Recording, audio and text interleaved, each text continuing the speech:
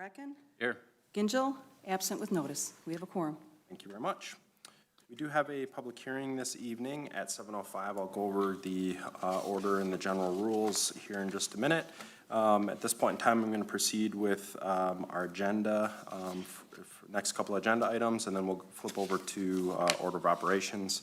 So that leads us to item 3 on our agenda from our July 6th Planning Commission meeting. We have both our regular meeting minutes and our public hearing meeting minutes for PPC 2218. Do I have any discussion?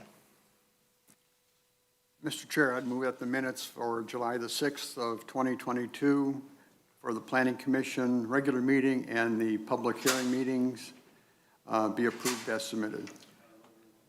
I have a motion. Do I have support? Support. Support by Mr. Walker. Further discussion on the motion? Seeing none, any public discussion on the motion? All those in favor, please state with aye. Aye. All those opposed, motion carries. This leads us to item number 4 on our agenda this evening, agenda review and approval. To have discussion? If not, I'll entertain a motion. Move the agenda be approved as submitted. Do I have support? Support. Support by Mrs. Urbanowski. Further discussion? Any public discussion on the motion? All those in favor, please state with aye. Aye. All those opposed, motion carries. At this point in time, this leads us to item number 5, brief public comment on non-agenda items only. If you have a item you'd like to address the commission with, you can do so at this time. Seeing none, we will close that item, and we have no consent agenda items this evening. At this point in time, I'm going to go over the public hearing process. We do have a public hearing for PC case 2021-07, 5-year master plan update. If you picked up an agenda at the door, our general code of conduct for public hearings is available on the back of your agenda. We ask everyone to adhere to that, please, for common sense of everyone getting an opportunity to present their public thoughts and also giving everyone an opportunity. At this point in time, while we're moving towards 7:05, a couple of items for the public hearing process. The petitioner, in this case, the township, will make a brief public presentation, and then we'll give an opportunity for citizens who are present who would like to provide public comment or questions. A trip up to the podium, please 1 trip and 3 minutes at max. If we have any citizen letters, we'll read those into record, and then at that point, we'll turn it over to the Planning Commission for their opportunity to provide comments and questions. In this case, it would go back over to the applicant, which in this case is the township themselves, and to address any questions or comments that come up or arise. This isn't necessarily a Q&A session, but it is an opportunity to provide public input on the topic being presented. At that point in time, we'll close the public hearing and then move forward with the rest of our agenda. At this point in time, we still don't have 7:05, so we'll take a brief 45-second recess, and then we'll reconvene the meeting and open our public hearing.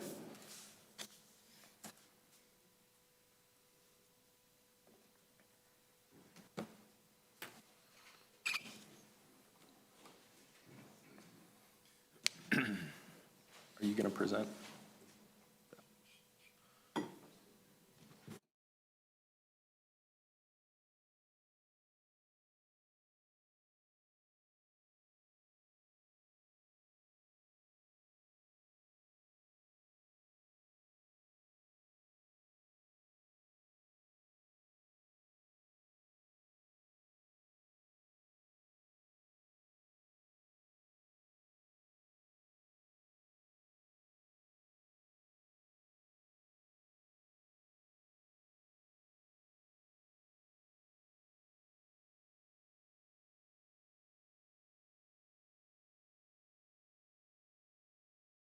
I have 7:05 on July the 20th. I would like to adjourn our regular meeting and open the public hearing for PC case 2021-07, 5-year master plan update. Again, this is our township master plan that we've been working on for the past year.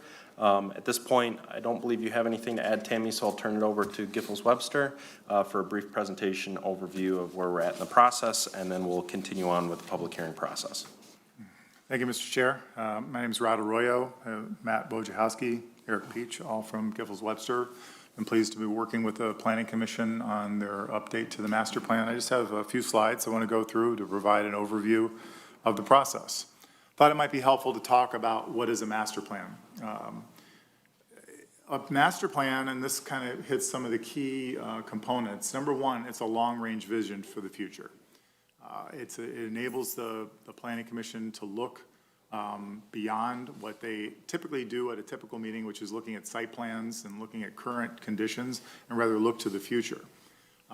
This plan is prepared in conformance with the Michigan Planning Enabling Act, which kind of sets forth the procedures and standards. So the master plan itself, it provides a guide for the future. I think it's important to point out that a master plan is not a zoning ordinance. It does not impact the zoning of your property directly. It does not change any ordinance. It is a policy document. And the state statute says that the Planning Commission is the body that prepares that document, and the Planning Commission approves that document. Any change to a law, in this particular case, we're talking about land use law, would be the zoning ordinance. That would require a different process. That would require first coming to here, then having a public hearing, and then ultimately the final action would be the township board would have to amend a zoning map and a zoning ordinance. But that's not what this is about tonight. This is about the master plan. It provides a framework for looking at long-range decisions. It provides a way of looking at how various areas of the community have different characteristics and have different abilities to potentially have different land uses. And so that's part of the study that goes on as part of this process. And it also encourages partnerships, looking at opportunities to, the community is often engaged with other entities in for example, recreation. We have state recreation areas here. We have county parks. We have local parks and recreation. All of those can coordinate and provide an opportunity to serve the residents of the community. So the plan itself, these are the components of what's in this particular plan. It starts off with basically describing the purpose, which I just summarized. It has an executive summary. It also gives a brief history of the community, the regional setting, how this community is in relationship to the surrounding area. It discusses existing land use, which is how land is being used today. It talks about demographics, so we have a profile, and it's been updated to include 2020 census information. And it also has some forecasted information in terms of changes in demographics. It looks at the local economy. We've got statistical data regarding the local economy. We have community facilities, a description of the various facilities that are provided that are things such as police stations, fire stations. All of those things are documented in the report. And then it talks about the environment. It talks about natural features. The next stage really starts to get into the plan, looking towards the future. So one of the most important things about doing a plan is getting public input. And I'm going to talk about all the steps that were taken to get public input throughout this process. Goals and objectives, those are the statements that the Planning Commission developed, which helps establish the framework for the master plan. And then the various chapters, the key elements of the plan, including housing and density, economic development, complete streets, which is essentially the transportation element, and then the future land use and the future land use plan map.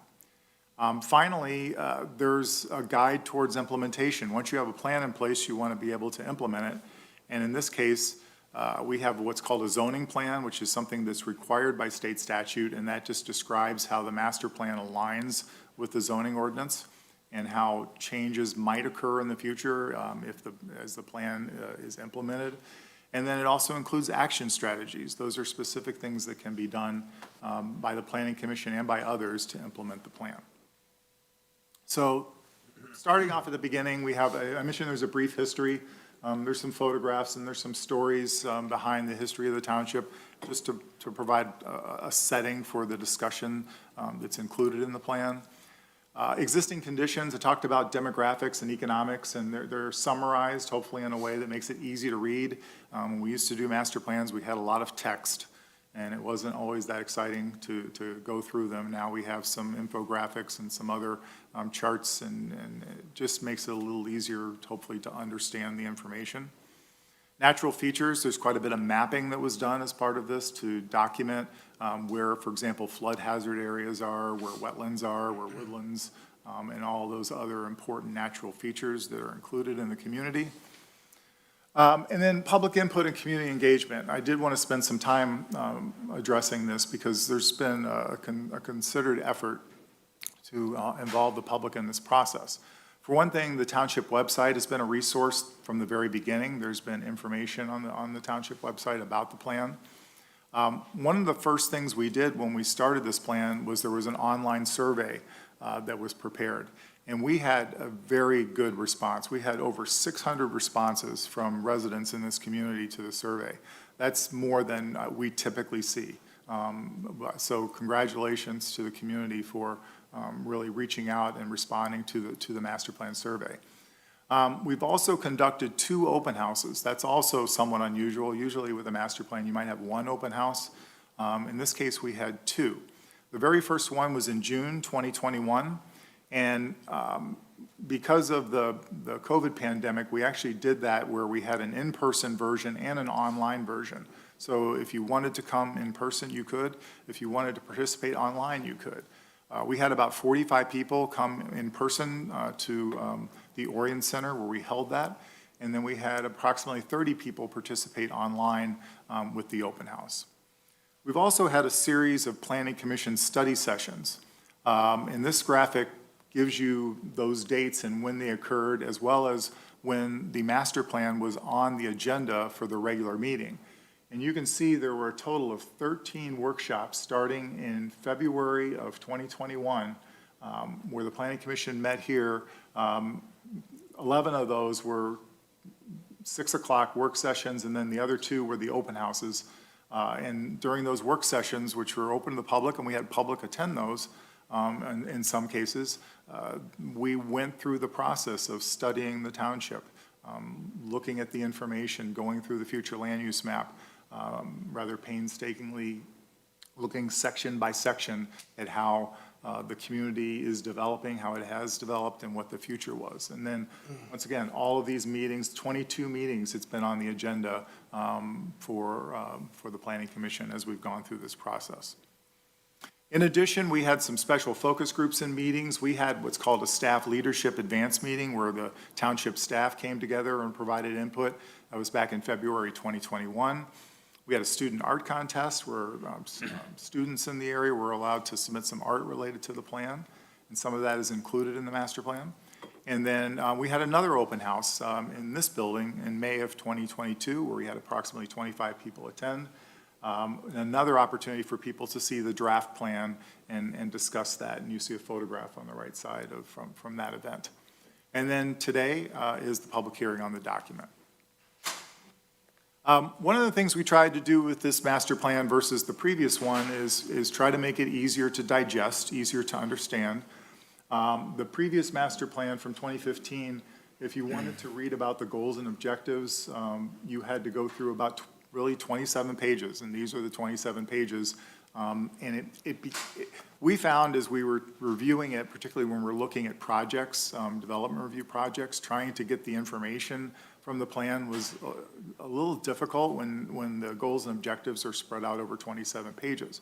And so we thought about how might we do that a little bit differently. And so we compressed things, kind of revisited how it's approached. So we have a vision statement, we have goals on one page. We consolidated basically approximately 30 goals into 5 key topic areas. And then we put the objectives on 3 pages, and then we moved the action strategies to the end of the plan, along with the zoning plan to provide for, I think, a good outline that makes sense and is hopefully easier to follow along. And then this is the vision statement that was crafted as part of this, and I think that was helpful for the Planning Commission, kind of setting the stage for the planning work that was done. So I'm going to go through the chapters real quickly here. We have the housing plan, where we focused on housing. This does include a residential density plan, so that's a separate map which shows density ranges for various locations within the community. I would point out that these ranges are there for a reason. This is a long-range plan, and you need to look at areas in more detail when it comes time for consideration of a change in zoning, for example. And you may not be guaranteed the highest density in the range. You may end up at the lowest density in the range, or you may end up at somewhere in the middle. That'll be a decision that will be made once a zoning application is made to the township. Planning Commission holds a public hearing, they then study it, and then make a recommendation to the township board, and then the township board makes the ultimate decision. So this sets the guide, it sets kind of a proximity or a range of potential densities depending upon the location within the community. We also have an economic development plan. One of the things the township is striving to do is to become certified by the Michigan Economic Development Corporation's Redevelopment Ready Communities Program.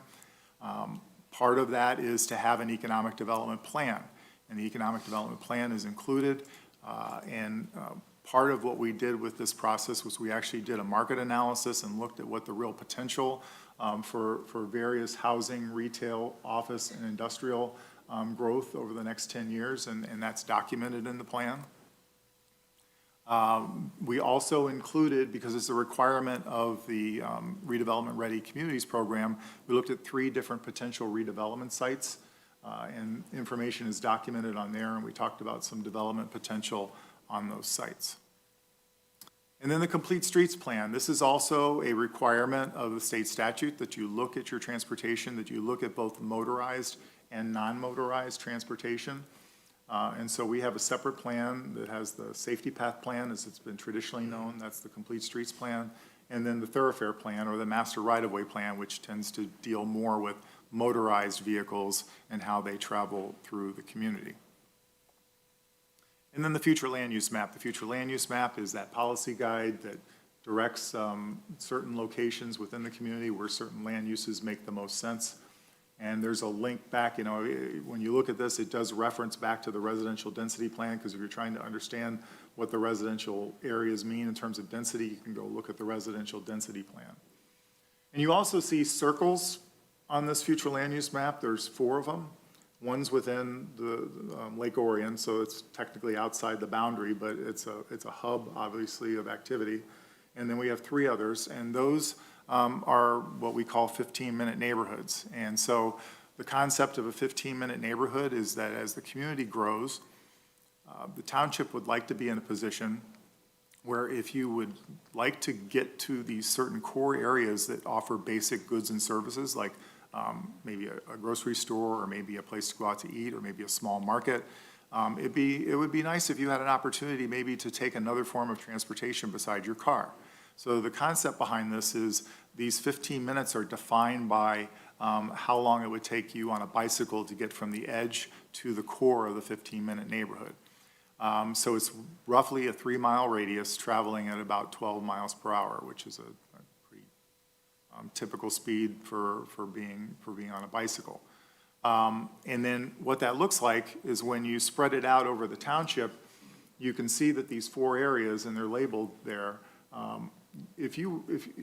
the 4 concentric circles, which they're not really, because this is actually showing real travel time today, they do overlap. So you almost have 100%, not quite 100%, but you almost have 100% of the community covered, where you could ride a bike to one of these 4 locations, and you may, right now, some of them already offer those basic goods and services. In fact, 3 of them do. And one may have more of that in the future. But it provides an opportunity to potentially either walk, ride a bike, or take a car in order to visit all of these. So opening the opportunity for different forms of transportation. Gas prices are up. You may want to look at something different. Maybe that's the time you ride your bike to go out to eat, or to go pick up something small at the store. You need a gallon of milk, you can throw it on the back of your bike and go back. It's nice to have those options as world conditions change and impact how the cost of living within the community might change. And then I mentioned action strategies. We do have the zoning plan, and then all of those action strategies, and they're broken out into different types of actions. Some of those actions may involve amending the zoning map. Others may involve taking an advocacy position, trying to promote, for example, the protection of certain natural features. And you may, sometimes the township reaches out to other organizations, whether they be nonprofit or other governmental entities, and work together to try to preserve some of the natural features, or maybe work together to try to preserve a trail or some other feature such as that. Some of them are related to capital improvements. Those are expenditures, large expenditures that the township may, or other governmental agencies may have to incur. And then some of them fall under what we call an other category. So some previous actions that have happened. As required by state law, the Township Board did authorize the distribution of the draft plan to reviewing agencies and adjacent communities. So all adjacent communities got a copy. The various reviewing agencies like county, SEMCOG, the Road Commission, MDOT, other entities like that all were getting copies in accordance with the typical process. There was a 63-day review period. During that period, the master plan was also available on the township's website. And as required, Oakland County did review this. Townships are required to send their plan to the county for review. That's a state law requirement. The Oakland County Coordinating Zoning Committee found that this draft is not inconsistent with any city, village, or township plan that received notice of the draft plan. And then you also received other comments that are included in your packet. So next steps in this process is to conduct the public hearing. And then ultimately, when the Planning Commission is ready, they would then adopt the master plan. So that's a summary. Happy to turn it back over to you. Thank you, Rod. All right, at this point in time, since we're in the public hearing process, I would like to open it up to citizens who are present for public comment. If you'd like to make a comment, you can step up to the podium. Please keep your one trip to 3 minutes so we can give everyone the opportunity to speak. If and when you step up to the podium, if you could please state your name and address for the record, please, and clearly speak into the microphone so we can have you on record, that would be appreciated. So with that said, if someone would like to make a public comment in regards to the public hearing for the 5-year master plan update, now is your time.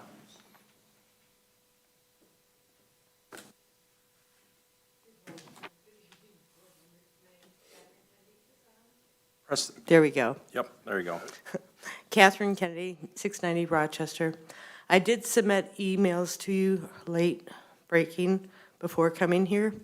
I actually would request that you reject this plan in its entirety. It is supposed to be a long-term plan.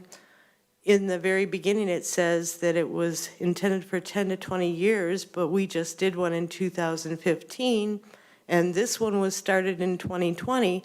However, it was only started with Giffords, Webster, Planning Commission, and 3 citizens throughout the planning period. So when the open meeting, the hearing for the open house, I attended on May 18th, they already had it all put together. And so there really wasn't the type of citizen input that there should be. And we also had a coordinated zoning committee that he mentioned. Yes, it was held on July 7th. And the packet we received that evening at 7 p.m. was different than before. It was now a revision 7. The packet that was sent to the county was a revision 6. I did attach a file with some of the notes, but I have some real serious concerns about a lot of things beyond the point that it wasn't done by the citizens. It seems to be geared towards the objectives of Oakland County to urbanize this area, frankly. They've continued to have a regional transportation board, even though we voted against it. And I would point your attention to the Throughfare master plan. This is that they expect to have these roads in this way in the next 5 years. And maybe that's what the $5 million that is probably being borrowed for the state. Lapeer, they're expecting as an interstate. Now, I know Lapeer. I don't know where the heck you can put an interstate, and all those businesses would be wiped out. What are they thinking? They also have listed Baldwin Road as a major thoroughfare, 150 feet right away. Again, where do you put it? We just redid all the roads. We just did all those roundabouts, and you have businesses up against them. The 2 signs across from Friendship Park that are for sale signs. In this plan, it shows high-density housing. They've created brand-new, higher density than we've ever had for residential housing. And the Michigan Zoning Enabling Act that he mentioned, I actually mentioned too, because the Legislative Committee on July 12th tried to pass a resolution to go forward at Oakland County. I objected, they tabled it for now, but they're trying to take control of all of our real estate from a state level, I would tell you. And I did attend a conference where they explained what they're doing, even through MSHA. They have a website you can type in, but I haven't had a chance to compile it, but I'd be glad to meet with you separately. So I would please reject any of these changes. A lot of these roads are wider than what we have available, unless you wipe out the lakes. Thank you. Thank you for your comments. Additional public comment.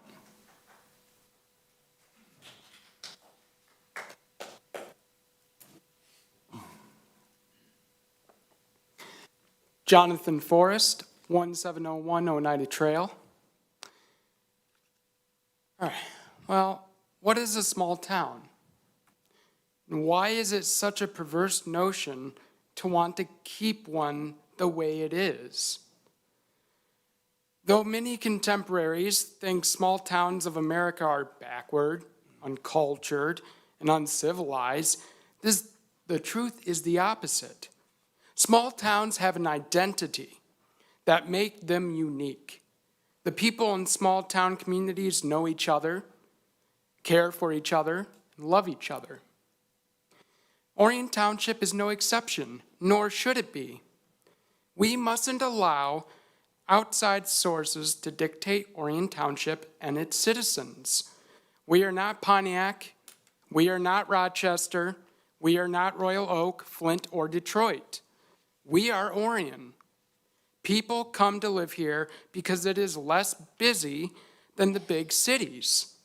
If we adopt this master plan, we will become like every other community that developed into a world hub devoid of identity. I implore you, we implore you, keep Orion Township how it should be, a place where living is a vacation. Thank you. Thank you for your comments. If we could please refrain from clapping. We're here for public comment, not for a show. Thank you. You could step up to the podium if you're willing to make a public comment.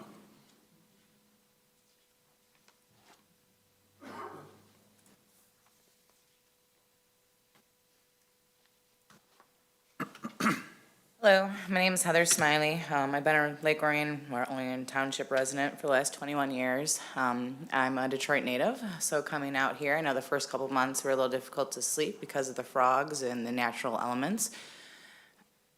Every day, I get upset seeing the new zoning changes, seeing the destruction of our woods before there's even a purchase of a property.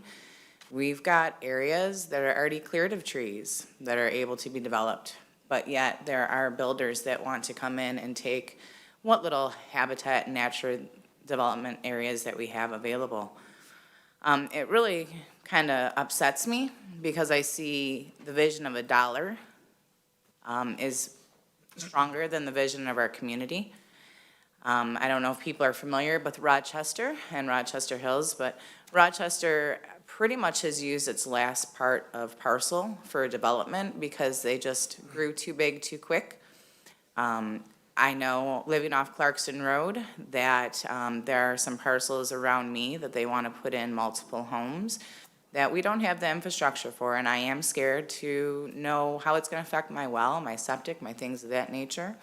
You know, I moved out of here to make a better life for my family, to enjoy the natural element that we call the village and of Orion Township.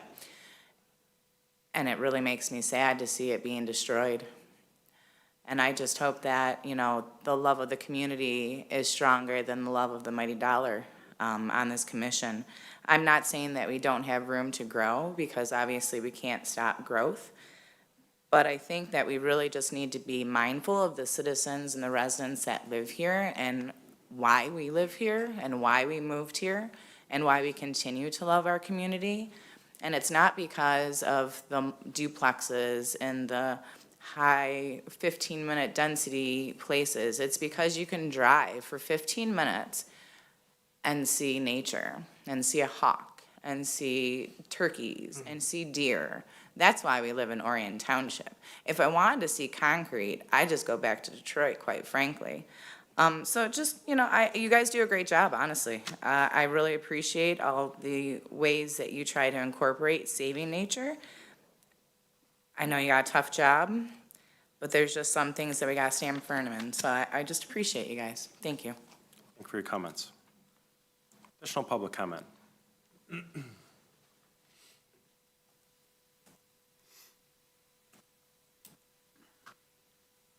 Hello, I'm Marilyn Hester, 1207 Hemingway. And in this master plan, I don't see anything about what you're going to do about our first responders as far as fire, police protection, EMS. And I'm concerned with all the development going on. We're going to need more support. Thank you. Thank you for your comments. Additional public comment.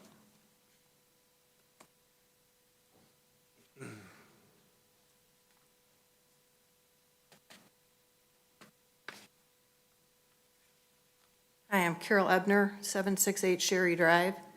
And I agree with all these other comments. We moved out here because it was rural, not urban, not a city. I can see in doing some of the improvements, but I'm also concerned about the traffic. I live off Clarkston Road, and now they're talking about putting in multifamily dwellings. The traffic is already terrible on that road, and everybody cuts down our road. We've complained to the township, we've complained to other people about the amount of traffic and the speed on our road. The road's in terrible condition because of all the traffic. And the other multi-family developments around here have all kinds of crime. There's all kinds of problems off Kimberly in those apartments. My niece lived a half mile from here, a half mile from the sheriff's department. There were shootings, stabbings in those apartments, and I just heard there was a murder there last week. So I'm very concerned about the crime and everything else going on around here with all this building, all this concrete. Thanks. Thank you for your comments. Additional public comments.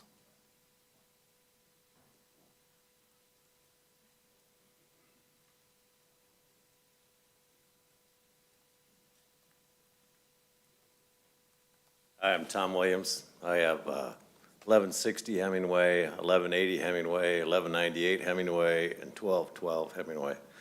We had, on our street, we had at one point Silverman wanting to develop the whole thing. And I ended up buying the property from Silverman to keep them from developing our street. I mean, how many more people does it take like me to invest in the community to stop some of this development? I mean, the traffic's horrible down our road anyway, and we got a dirt road. People fly down through there, and I just don't see anything in the master plan that addresses any of that. Thanks. Thank you for your public comment. Additional comments.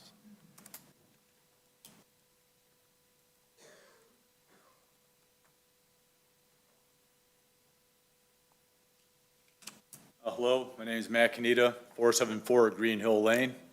I was born in Detroit. My family was kind enough to move to Novi to get away from Detroit in the mid-60s or mid-70s. My wife and I were able to get married. We moved to Troy in hopes that we could find a quiet neighborhood.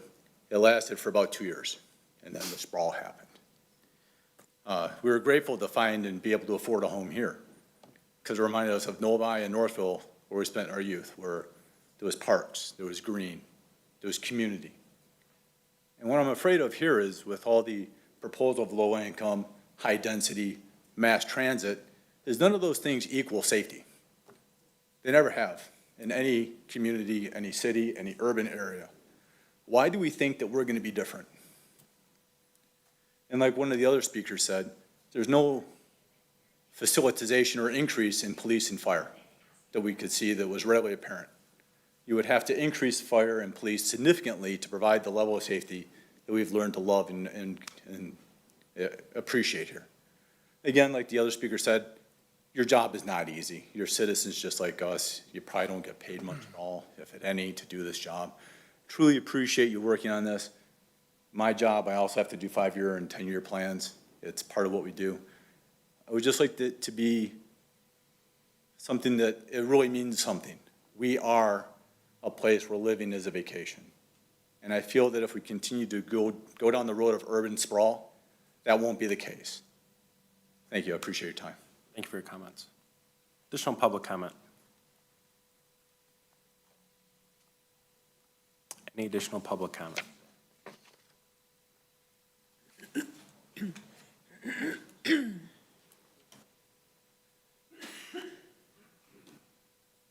Hi, Tina Hine, 630 North Blocky. I would just like to say from pretty much everything I've listened to, and I spoke last time when I was at the meeting, to definitely please reject this plan. I stated last time we need to have a balance, not too much overgrowth. I did want to bring up, because you guys are talking about the development and bringing in more housing, people, stores, restaurants. Have we thought about a level 1 trauma hospital here? Have we thought about that? If we're going to bring more and more people here, we really need to think about that. And I did hear that they plan on cutting safety. Someone else mentioned that, a couple other people. Cutting the safety budget, the policing, fire, EMS. It's really not a good idea. As far as the hospital, if something happens, lots of car accidents here. Lapeer Road is a nightmare, especially heading north on Lapeer to get to Oxford. It took me almost 30 minutes one time to get to an appointment for 3 miles. And so that's really something we need to think about. Nearest hospital, you have to go to Lapeer, Troy, Pontiac. So that's all. Thank you. Thank you for your comments. Any additional public comment? Go ahead.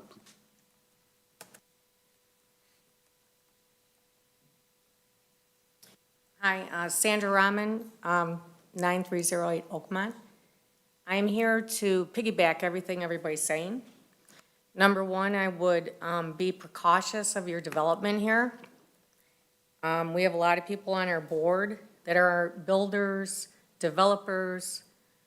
They have relatives in Rochester, Auburn Hills, and the little circle that they're building, our board members have been doing this for years.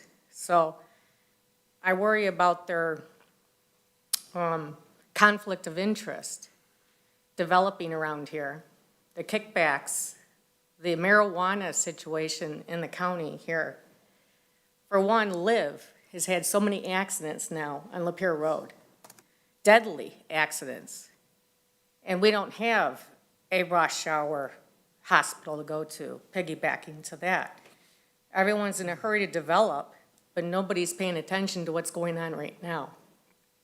I would precaution you to worry about what's going on in our community right now, rather than worrying about rushing through this thing that you can think through a little more longer. And consider what's really going on with the developers and the board members and the circle of friends running this community. Thank you. Thank you for your comments. Additional public comment?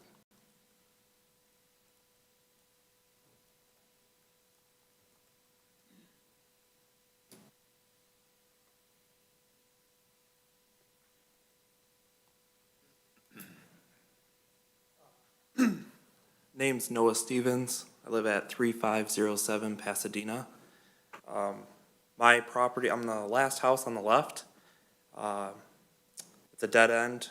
Cottages of Gregory Meadows is being built right next to me. Doesn't appear that based on that development and this master plan that you guys are taking into consideration the current homeowners, kind of like everybody that's stating stuff here today. Infrastructure is a huge thing, traffic, fire, EMS, police, but I'm also a younger guy. I got a family. We don't have school children yet, but we will soon. All this extra development, it concerns me what's going to happen with all the extra students in the schools, and if my children will be able to get the same level of education that Orion Township residents receive today. So I would just appreciate that if you take into consideration all the infrastructure, not just, hospitals or traffic, but also the schools as well. Thank you for your comments. Any additional public comment?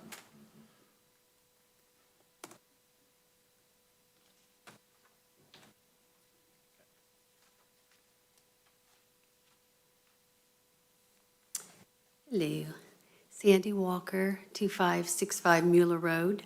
I believe the property that my husband and I own for over 20 years is the only property on Judah Lake that has a creek coming off of Judah Lake, running through our property, going into the nature center that I saw on that document there. So I'm a little concerned of everything I'm hearing here. I used to be the last house on the left, just like that gentleman just said. I used to be that house until they built that big, giant neighborhood and plowed all the woods down. And now the traffic just flows through my street, over the bridge they had to build over the creek. I work for the largest telephone company in the world. I'm sure you know who that is. There's over 30,000 people in my division. If I only got 600 surveys back from sending out something to those 300 or those 30,000 people, I would be concerned. If that survey was only 600 people came back, or only 45 people attended a meeting of my 30,000 people that I work with. And another time, 25 people showed up. You have 23 people here tonight that, by the way, I'm thinking, like me, kind of just heard about this. I'm sorry that I didn't know about all this sooner. I saw you have a 63-day review period. I guess I just didn't read the Lake Orion Review or whatever else where I was supposed to know when this was going on.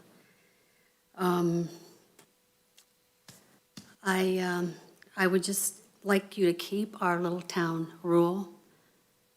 Baldwin is a disaster. I mean, I have to go up it every day.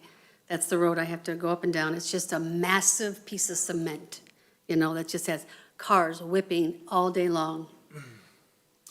So I'm going to gracefully ask you to reject this plan.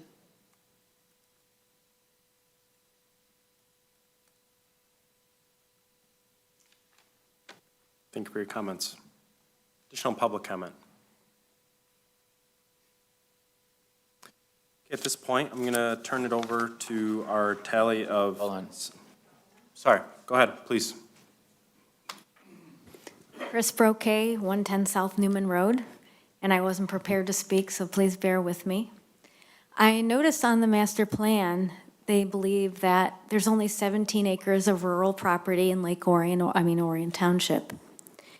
1990s, my family moved to Rochester, and there was a lady on Crooks or Livernois, I forgot, had a barn, had a farm, had a pony, had a pottery studio. She used to put a sign out advertising that she sold pottery. Well, as the place developed, they said, you can't have the sign anymore. And she said, this is my livelihood and my farm. And so what she did is she changed her last name, she hyphenated it to Pottery, so she could have her name, have Pottery on the mailbox. And then the Rochester City said, well, we don't allow ponies anymore and we don't allow farms, so they were pushed out and they've been there forever. So what I'm thinking is that there are many, many more people in Lake Orion Township that farm. Not all people commercially sell things. They may make milk and honey and vegetables for their family. But either way, if the planning committee only thinks there's 17 acres of farmland, are they going to say the same thing to them? Because they just don't feel that they exist at all.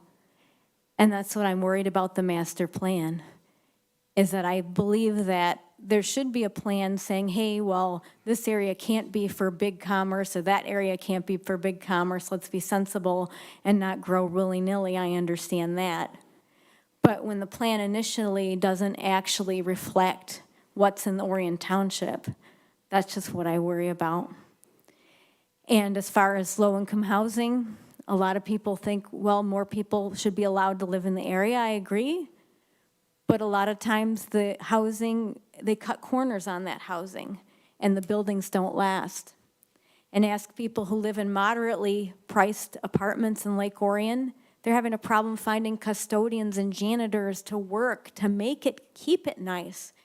And this is, moderately priced, not luxury, not low income, just, people just earning a living. And so I wonder how that this is all going to stay nice if people can't find custodians now. And speaking about the hospitals, we just lost another urgent care that closed up because there's no staff. So that's just a couple things to keep in mind that you might not have thought about. Thank you. Thank you for your comments. Any other closing public comments? Okay, at this point, can we do a quick tally of the citizen letters that we received? Sure. Can just support and against? I need to read their names. Yes, yep, that's fine. Okay, so we received a number of comments from citizens. I'm going to read their names. All of them are opposed to the master plan. The names of folks that wrote to us are Katrin Kennedy, Stanley and Carolyn Stevens, Andrea Pakovitz, I apologize, it's a Polish name, Auburn Zufelt, Jan Kruzewski, Tina Hine, Karen Kodita, Joyce, Linda Greer, Bob Steinhauser, and Adrian Ratza, Kevin Breslin, and Timothy Munzel. We also received comments recently from Donnie Steele, Gary Roberts, the Water Resources Commissioner, and the Oakland County Road Commission submitted comments. Okay, thank you very much. At this point in time, I'll turn over to the Planning Commission for their comments, questions.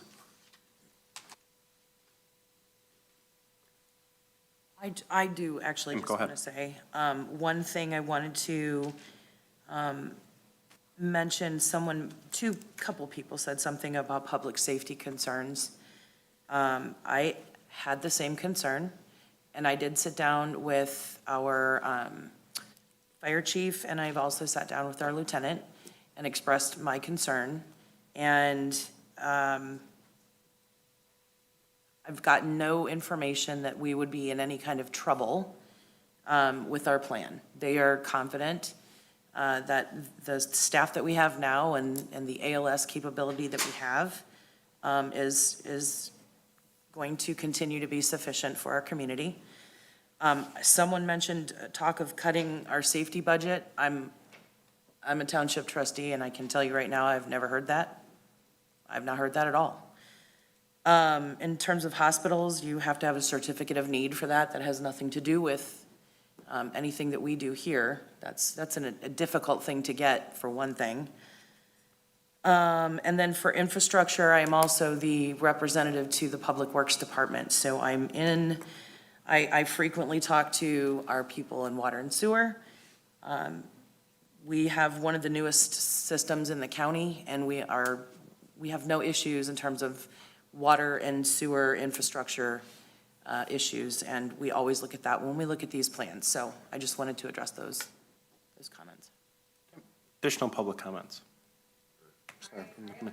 Sorry, excuse me. Everyone had an opportunity to speak. It's now the Planning Commission's point.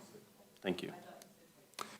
He did, but I think did. he misspoke. I misspoke. I apologize. But at this point in time, no, thank you. Additional comments? Mr. Walker? Mr. Chair, as opposed to what Commissioner Urbanowski just said, my comments are going to be more to the heart of the matter. I'm a 34-year resident of this township, okay? I would love to be living in the township I moved into. I truly would. It's not going to happen. It's dreadful. The traffic, you're all correct. The traffic, the number of people, the number of subdivisions, the number of buildings. You're right. Every one of you are right. But that's called progress. And I'm not saying it's a good thing. I'm not. But it's what it is. None of you will be able to turn the clock back. I can't turn the clock back. This commission can't turn the clock back. And while we're talking about the clock, I think I'm the only one that was here last time when the last master plan was submitted. And I am still appalled at you and your neighbors for the lack, you're telling us you didn't know about this, you didn't know about this. It was the same thing 5 years ago. The populace said they didn't know. We put it in the review, we put it on TV, we put it wherever we can put it. But we can't make you listen to it, we can't make you think about it. And then now when the time is nigh, now you're upset. And I don't blame you for being upset. If I could be, I'd be upset also, but I can't be, so I'm not going to be upset. But it's true, it's how it is. And even now, adding the 23 of you, how many people have we heard from? Very few of the 38,000 people that live in this township. Well, shame on all y'all. I mean, you should have been here quicker and more. I mean, I'm not sure it would have made a big difference, but it might have. That's all I've got. Thank you. Additional comments? Yeah. Mr. Henry. Okay, so listen, I appreciate everybody coming out here, and I appreciate the comments from people during the open houses and during the other opportunities to provide input for this report. You know, my wife and I, our two families have lived here over 90 years. My family moved here in 1972, and I moved here in 1982 with my family from out of state, but I was actually born in Detroit. We have, if any of you have followed this planning commission over the last couple of years especially, you would notice that we have the very same concerns you do in regard to traffic in our community, the utilities in our community, the density, the general overall growth in the population in our community, you know, the importance of preserving the natural character of our community. If you go back through the couple hundred cases that we've reviewed over this time, you would see that many times we have shot down developments for all those concerns. Now, unfortunately, in some cases, and one of the gentlemen that came up mentioned Gregory Meadows, for example. You know, we rejected Gregory Meadows. The township board rejected Gregory Meadows. Unfortunately, the developer decided to take this to the courts. And oftentimes, in fact, every time when this has gone before the court, since I've been on the planning commission since 2013, I was involved in that master plan. Courts rule in favor of private property owners. Every time.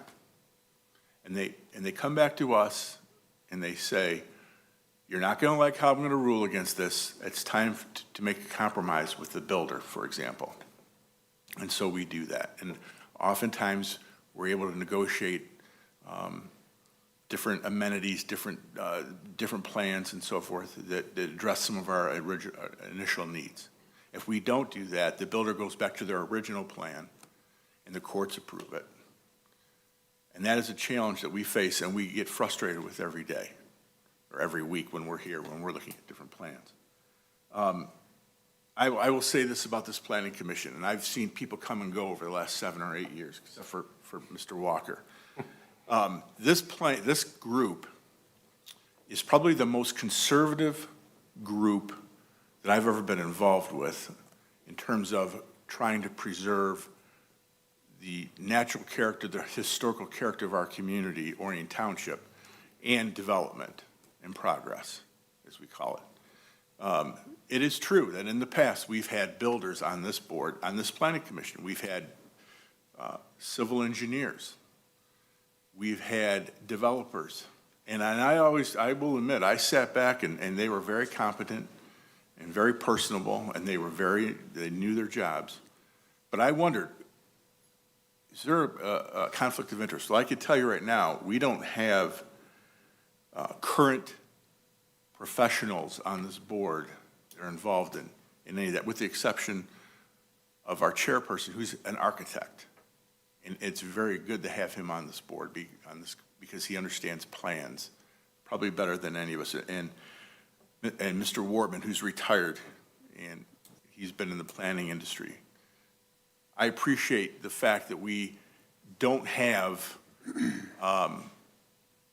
what I would consider in the past any ulterior motives. That's not even right, because the guys that were on this board and the women that were on this board before did a great job. But from an optics perspective, I could understand where people would have concerns. But this group pays more attention to the needs of our community, the historical makeup of our community, than any group that I've ever been part of.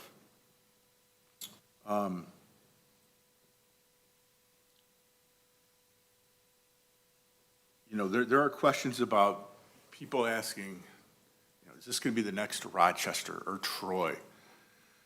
And, when my family moved here in 1982, my aunt was a realtor in Ortonville. And my father looked around for a home. And his friends, people that he worked with, said, well, you should move to Troy, or you should move to Novi. My dad said, I couldn't afford that. He talked to my aunt, who was the realtor in Ortonville, and she said that, no, and this was in the early 80s, you want to look at Lake Orion, Clarkston, Oxford. That's where the growth is going to happen next. And she was dead right. So when I moved here, there were about 20,000 people in the township. Now we're up to 38 or 40,000 people in the township. It is not a small town anymore. The signs for it growing beyond a small rural community that ended in the late 80s when the building boom started to take off. And quite frankly, if you didn't see this coming, you were living under a rock. Now that being said, we have to recognize that we have over 100 Tier 1 and Tier 2 auto suppliers supplying not just the Detroit 3 automakers, but the entire world's automotive industry here. We are a major economic development hub for the state of Michigan and in North America, especially as it relates to the automotive industry, the robotics industries, growing quickly in aerospace and defense. And if we want those industries to flourish, and I think we all do, those businesses, a lot of us even work at those, we have to address some of the housing issues in our community. The bottom line is, there's not enough places for people to live in northern Oakland County. They work in northern Oakland County, but they travel far distances to come to, some folks travel far distances to come to work. The younger professionals, the younger families, either don't want to necessarily live in $400,000 or $500,000 houses, or they can't afford to live in them just yet. Someday they will. And that is why we are, over the last couple of years, have taken a close look at a lot of the housing developments. And Rod's talked about this many times, with that middle level housing. And it's something that we lack in this community. And my parents moved back from up north, and they could not find a place to live in Lake Orion as retirees. My older daughter, who's just starting a family, and I have a grandson now, they wanted to move to Lake Orion. They couldn't find a place to live. They're ready to buy their first home. This is the issue that we're wrestling with. Yes, we know that apartments, townhomes, other middle market housing developments are new and to a large extent. We have to find the right place for them in our community. We've shot down a couple over the last 6 months, 7 months or so, because we recognize the value of them, we recognize the demand, We just thought they were in the wrong place. And we told the builders, go back to the drawing board. Here's some other options to consider. And we hope they consider them. Doesn't mean we'll approve them next time, but we are always open to ideas for responsible development. And that's what this group is most interested in, is responsible development.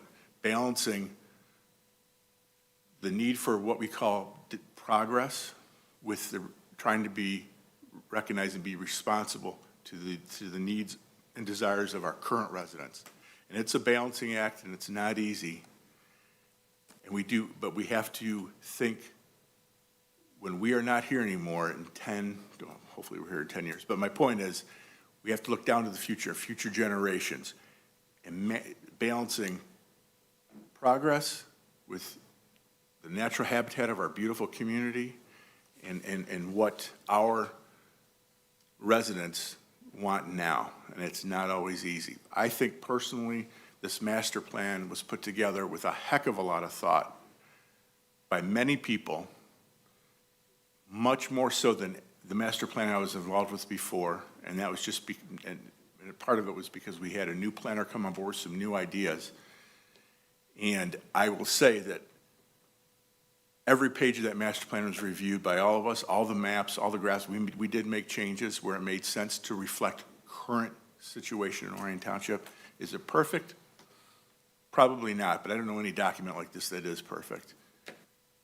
I think it's a good guide to move us forward as we continue to look at developments that come before us, developments that you can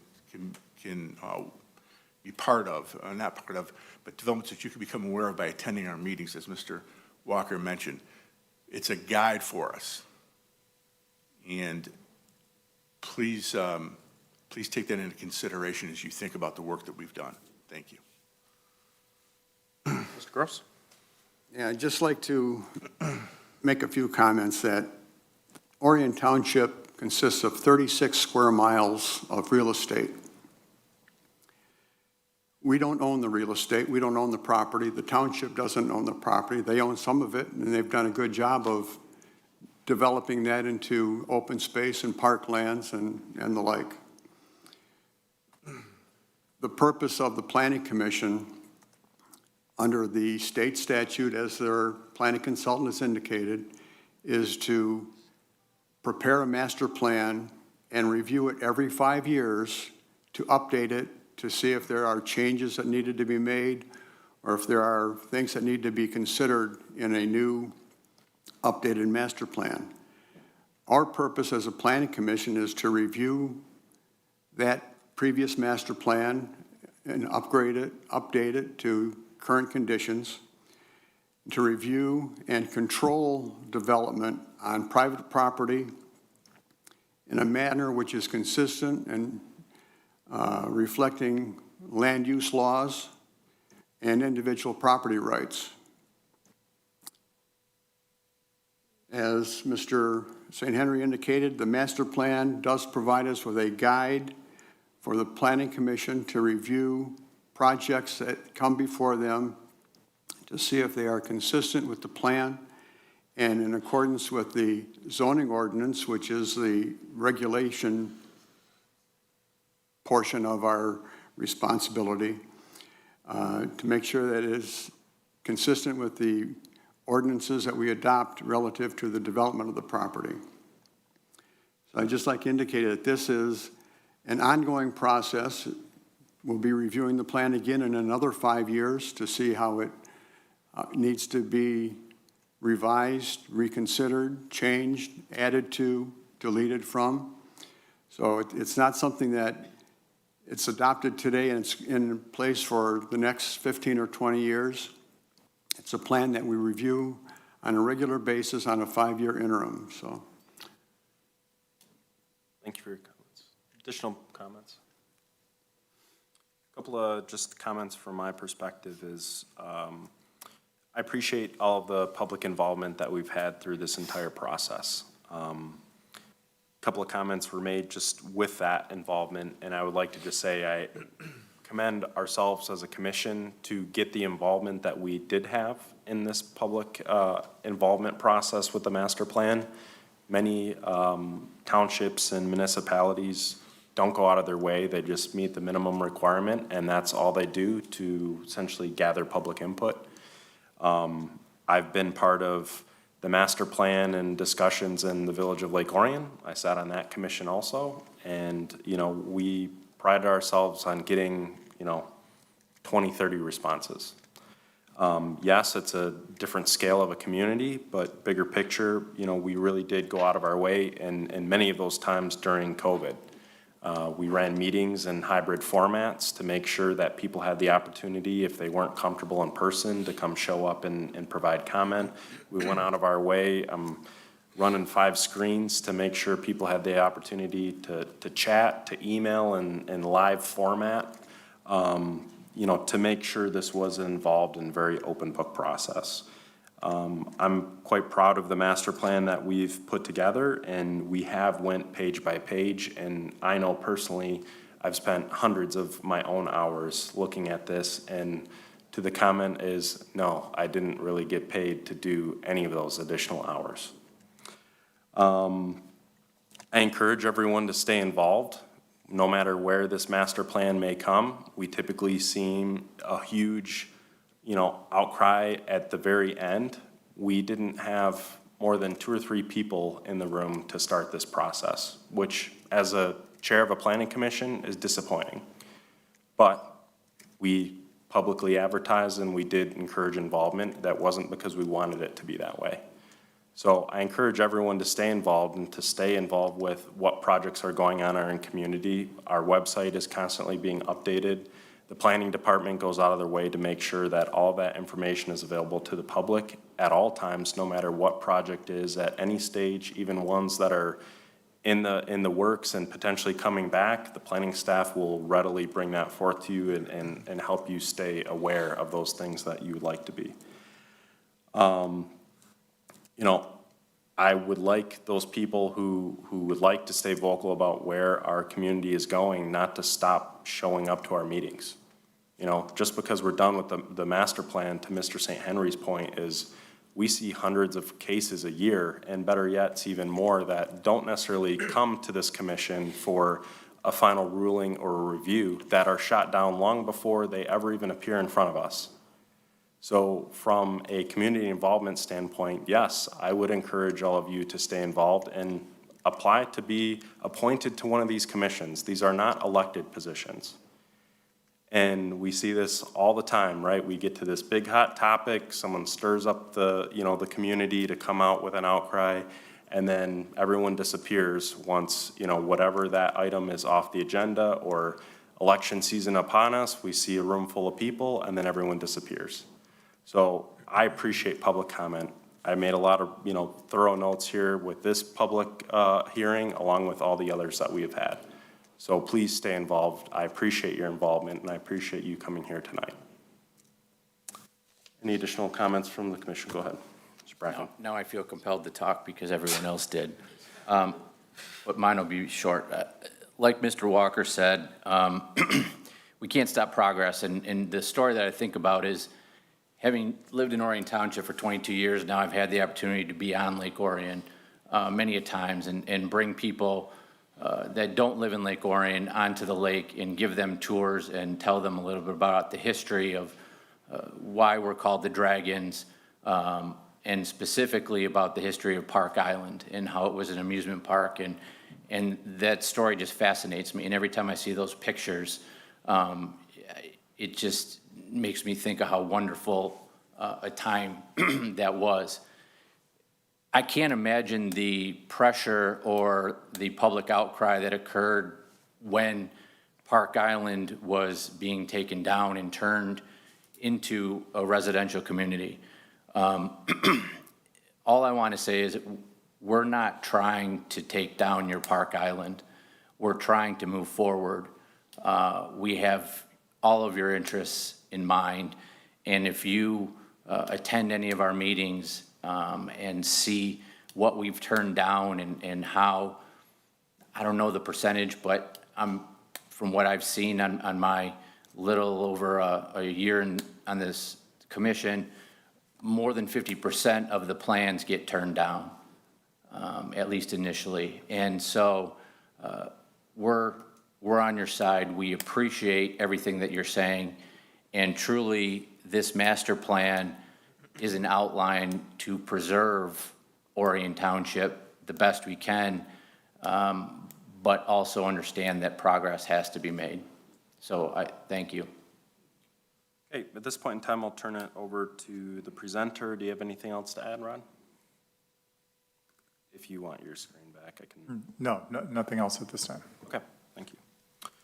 Okay, at this point in time, I have 8:10, and I would like to close the public hearing for PC case 2021-07, 5-year master plan update, and I would like to reconvene our regular planning commission meeting.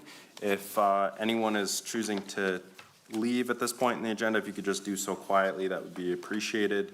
We do have a full agenda here this evening. That leads us to item 7A, new business, PC 22-26, Regal Terrace Wetland Site Plan located at 2410 South Lapeer Road, parcel 0923301005, and unaddressed parcel 0923301012 and 0923301013, which are located between 2410 and 2600 South Lapeer. The petitioner is here to give us a presentation and overview of their site plan and wetland application. Please step up to the podium. So please state your name and address for the record, please. May I say something first? Go ahead. Since we're all in the scope of disclosing potential conflicts of interest, I don't think this is a big deal, but I am currently the interim director of the Chamber of Commerce, and Mosheri is a member. Okay. So I just wanted to ask you all to make a determination if I should. At this point in time, I don't believe that's a conflict of interest. Does anyone else agree? Membership of a, okay. Thank you. Thank you very much. At this point in time, turn it over.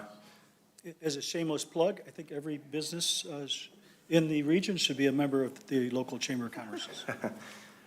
Are you plugged into Center Dias 1? Or there should be a little tag on, are you plugged in?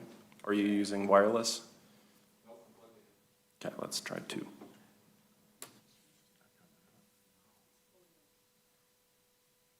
Give us just a moment while we get this technical difficulty arranged. Thank you. Might help if I click the right button. Center, I mean, we're in the center. Come on. All right, go ahead. Okay, good evening.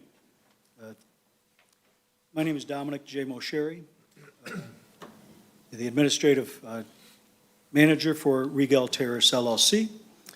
I want to introduce my team, Mr. Steve Pangori with AEW Engineers. We have our partners, we have Manny Kayanicki with SR Jacobson. We have Nico Schultz from the Suave organization, or Trident Orion LLC. Mr. David Stolman is here, who helped arrange and put together this partnership of experienced developers in the region, and we go back for generations with David Stolman's family in the business. We also have Dominic Tringali, who is our lead architect, and he'll speak after Mr. Pangori. And then my brother Mario Mosheri, that makes sure I don't say too much. Thank you so much for the opportunity, Mr. Chairman, and the Planning Commission, together with the planning staff, the engineer, Mr. Landis. We have Rod Arroyo, we have Matt and Joe, and their diligent review. First and foremost, as Dr. Carl Sagan would say, that Regal is the brightest star in the Orion constellation. So that's kind of where we got the term Regal Terrace. It is the brightest star in the constellation Orion, or Orion. And also the street name, to play with that, Orion was the great hunter. That's why you have Hunter Boulevard within this. We are pleased to present you a modest plan that incorporates 25% less density than what is provided in the ordinance. And Mr. Pangori can elaborate on that later. So again, we have 25% less than what is provided in the ordinance, and at the same time, it provides a transition between the intense commercial of the Home Depot directly to the south and a transition to the multi-use, or to say, multi-housing choices that the Pulte development directly north has with the duplexes, the fourplexes, and the single family. We believe this provides a nice transition. The property is currently zoned, and we're not seeking a PUD, and we're seeking to get approval that are in the every segment of your ordinance is not exceeded. There are some write-ups and recommendations from the engineering consultant with OHM and with the planning consultant Giffords, and we concur with their things that we oversaw. And we could address those in detail in regards to building length. The building length was exceeded because we were trying to make certain that the fire department, we're voluntarily fire suppressing these buildings, and so the FDC meters were in the attachments were on the side of those buildings. Now we're going to put them in the center. So now we're back into compliance. There are some decks that we had encroached into the side yard setbacks, which oddly enough is the north side and the south side of the proposal. And we could insert those decks and recess them in and cure that oversight on our part. And we appreciate your patience. And we do have a plan that we could submit through administrative review, subject to the Planning Commission's consent that we can fulfill these, but the administrative consultants and the planning department will review those. We do have the alternate plan that Mr. Pangori can review with you this evening. With that, I'll turn the meeting over to Mr. Pangori. And as you can see, there's only 17%, I know you can't see this, the percentage, but there's 17% of building coverage, which is far below the max building coverage that is under your ordinance. And the graphic, I think, clearly identifies that. Thank you so much for your consideration and time. I will be available for questions, but I think the technical questions will be between Mr. Pangori and also Mr. Tringali. Thank you.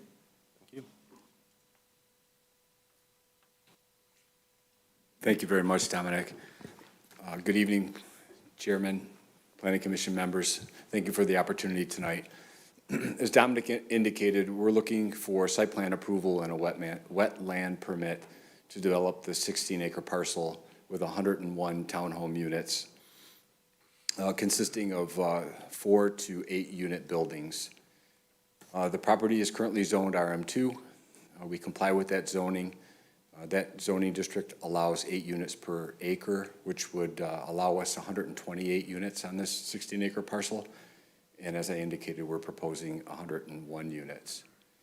What I'd like to do, if I could, I'd like to spend a few minutes going through some of the comments from the engineering consultant and the planning consultant and provide you with our responses to those comments. I'll start out with the wetland review from OHM. There was one comment in there that the plans be revised to relocate the proposed detention basin outlet from wetland A and the associated 25-foot buffer. And I just wanted to indicate that we're in the process of reevaluating that outlet from the detention basin, and we'll comply with that requirement. Moving on to OHM's engineering review, site plan review, and I'm reading from page 4 of their document under the conclusions, and I'll address those item by item. The first item is a franchise utility easement should be shown to ensure that there are no conflicts with public utilities. Otherwise, provide a note indicating that the franchise utility easements will not be located within or overlap the water main and sanitary sewer easements. We concur with that, and we will do both. We'll add the utility easement to the plans to ensure that there's no conflict with the sanitary and water easements.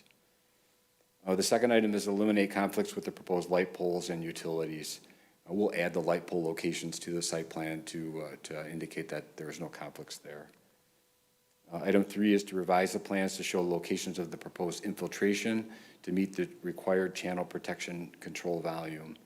We did have a geotechnical investigation done on the property by SME, and the infiltration rates are less than, I believe the number is 0.24, which means that the soil is not good for infiltration.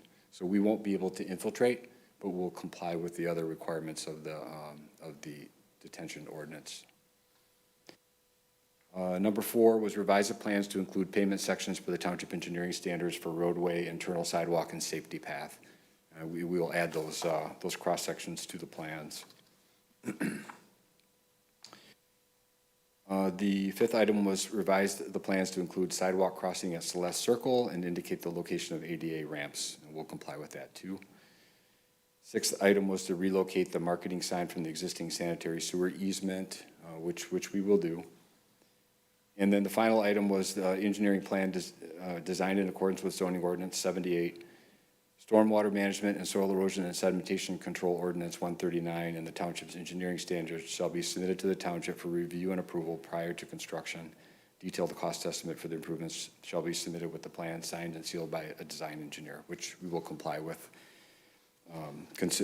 assuming that we'll get approval this evening. And then finally, I wanted to go through the planner's comments on the site plan. And there are 9 of those, and I'll go through those fairly quickly. Thank you.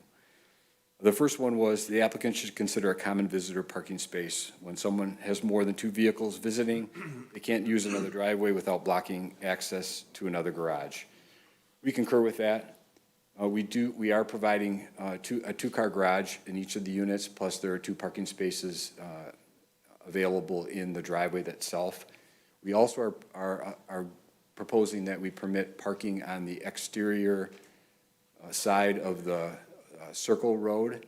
And based upon the number of spaces between the driveways of the units, I should say of the buildings, we believe that we can provide 10 on-street parking spaces to comply with that. And we feel that that's enough visitor spaces for this development. The second item was the applicant shall confirm underground utilities, and yes, we confirm that all the utilities will be installed underground. The third item was a performance guarantee is required, and we acknowledge that. The fourth item is regarding the 4 8-unit buildings that exceeded the 200-foot length. Dominic explained this. We originally, and I actually want to flip.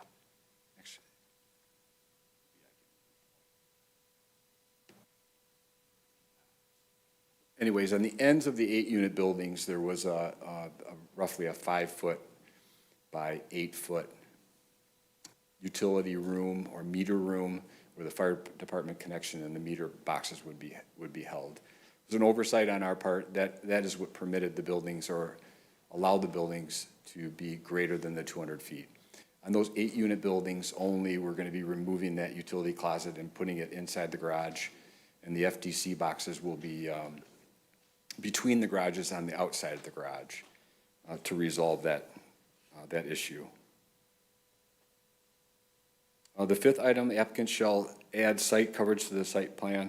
Dominic indicated we do have a site coverage of 17.8%. 25% is permitted by the ordinance. And we have a revised site plan where we've made these changes that I'll show in a second, but that note was added to the plans. Item number 6, buildings 3, 4, 9, and 10 appear to have porches and balconies projecting 6 foot 6 inches into the side setback. That's the northerly and southerly boundaries of the property, the buildings that back up to that side of the parcel. As Dominic indicated, there are a couple things there that we did. The original site plan shows offsetting garages as you go across the unit, which was something that we voluntarily did to attempt to break up the front elevation of the garages. And that's really what caused that projection into the side yard. So on the revised plan, actually I'll flip to it. This is the revised plan. On only those units that back up to those side yards, we've eliminated that jog in the front garages and reduced the porch depth to 6 feet beyond the furthest dimension of the rear of those buildings. And all of the porches will comply with the ordinance on the side yards.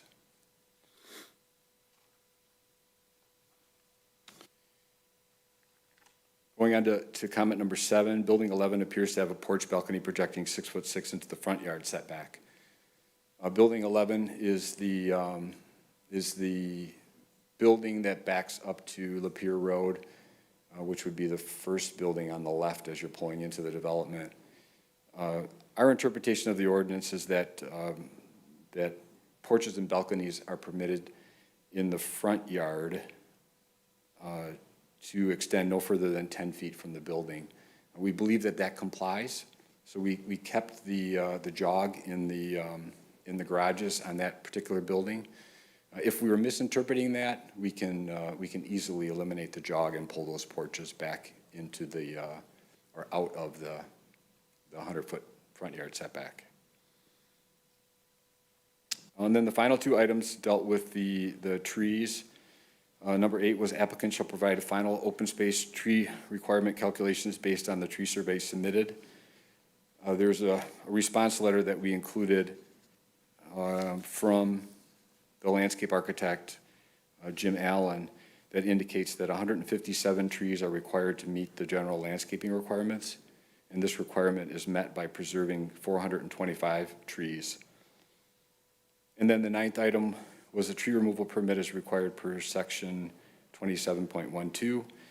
Applicants should provide tree replacement details based on the DBH requirements. This information was on sheet L9. There was a summary part of the table there that indicated that 595 non-landmark replacement trees are required on a 1-to-1 basis. And the landmark DBH removed is 703 inches, which results in 234 3-inch deciduous trees or 8-foot evergreen tree replacements. So we're confident that that our responses to all of the current concerns presented will address the items in the review letter. And I'd be happy to answer any questions relative to that. And I think Dominic may have some comments regarding the landscape plan.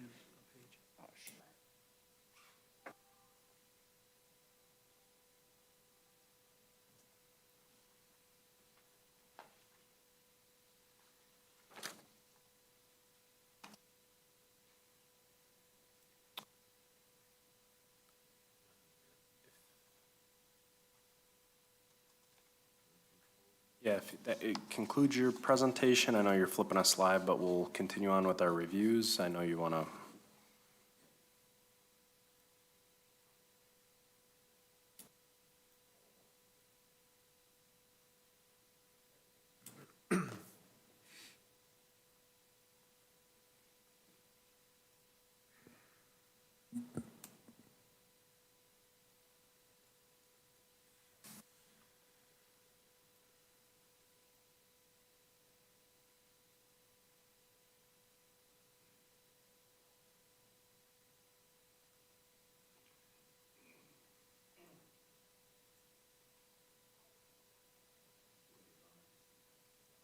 Does that conclude the general presentation, I guess? And then we can pull that up while we're continuing forth with our professional reviews. Is that okay? Is there anything else you'd like to add? If so, please, go ahead. Let me get 2 seconds about the architecture. Nope, go ahead. Thank you. My name is Dominic Tringali. I worked on the project with Masheri, several other ones as well.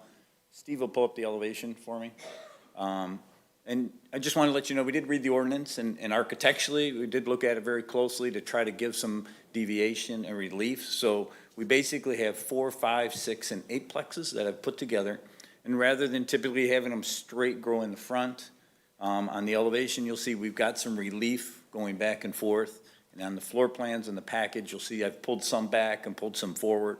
And then actually, we added a few side entries as well, too. So So that way you don't have all the garages looking in front. We have some variety in there, some breakup in there, and then having it all tie together with the simplicity of what we created there is what we put together. The units are two-story units, they're about 1,800 square feet. Very popular, something that the market really needs, and we think we're gonna fill a really good hole with this particular product that we put in there and the residents that we've designed in there. Supposedly, there's gonna be about a 2 million housing shortage coming up. We're hoping to fill some of that gap, and then we think this will be a good transition in between there.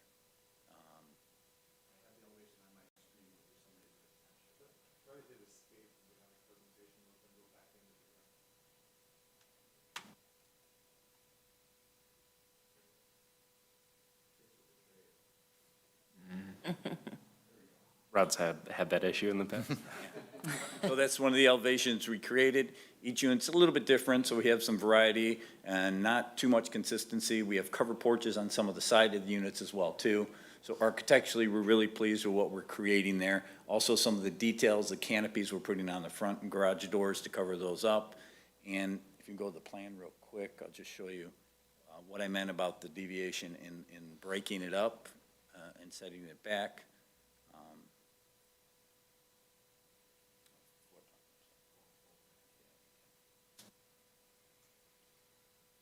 This will be a blow-up of the floor plan, kind of showing what we created there.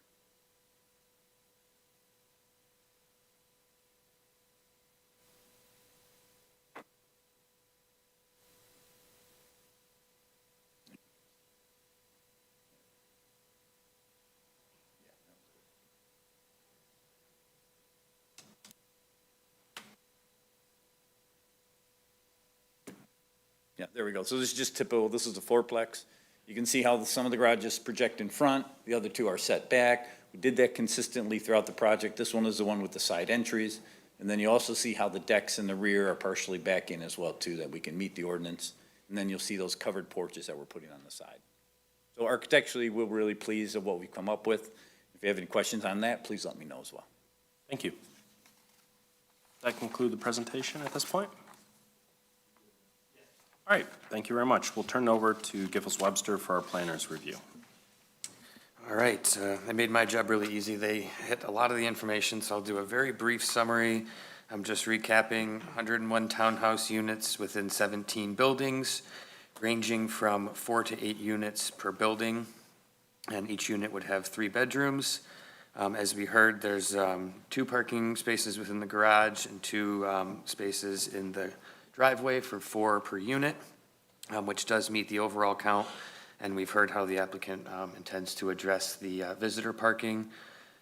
Really, the item I'd like to draw your attention to is the one waiver that they are requesting with this site plan, which is typically the RM2 district requires covered trash area receptacles, dumpster enclosures and that type of thing. And they are proposing to have individual trash cans that are stored within the garages. So that's requested in lieu of the dumpster area. So that does require a planning commission waiver from section 7.03I. Otherwise, the applicant kind of addressed all of our 9 comments that we had in our letter. So I'm happy to answer any questions, but I don't think I need to be repetitive and go over everything we just heard, so. Okay, thank you very much. I'm sure one of the items we'll want to circle back to is item number 7 in your review for front projections as it relates to those decks. But we can circle back when we open up the planning commission. At this point in time, we'll turn over to Mark Landis of OHM for the engineer's review. Okay, thank you, Mr. Chairman, members of the commission. I'll start off with our wetland review. As the applicant indicated, they are seeking a wetland permit for some minor impacts associated with the development. Our letter of July 13th, 2022 is our first review of their application that was submitted jointly by AEW and Bar Engineering. The application included the Eagle and Army Corps of Engineers joint permit application, as well as plans. Based on our site visit of July 12th, we were able to confirm, the delineation that's included in the report. There are 2 on-site wetlands, rather small in size, as well as 1 off-site wetland. The off-site wetland is wetland A, and it basically eclipses, or barely is adjacent to the south west corner of the development. And as you know, the township has a 25-foot wetland buffer that would be offset. So that buffer actually would encroach into their development, even though the wetland does not. That wetland is about just under 1 acre in size, in its off-site nature. Wetlands B and C, those are on-site kind of in the northeast portion of the development. Wetland B is, I believe, 0.33 acres in size, and then wetland C is 0.006, extremely small. We did some desktop review in addition to the on-site review, and interestingly enough, when you go through the historical imagery that's available online, these wetlands do not appear to be present prior to 1963. So it's quite possible that these were man-made depressions, that part of surrounding developments or improvements to 24, it's hard to say. But, so they don't appear to be natural forming. In our opinion, wetland A is regulated by Eagle as well as the township, as it's contiguous with Lower Trout Lake. Wetlands B and C are, in our opinion, not regulated by Eagle, but would be regulated by the township because they provide some means of stormwater control.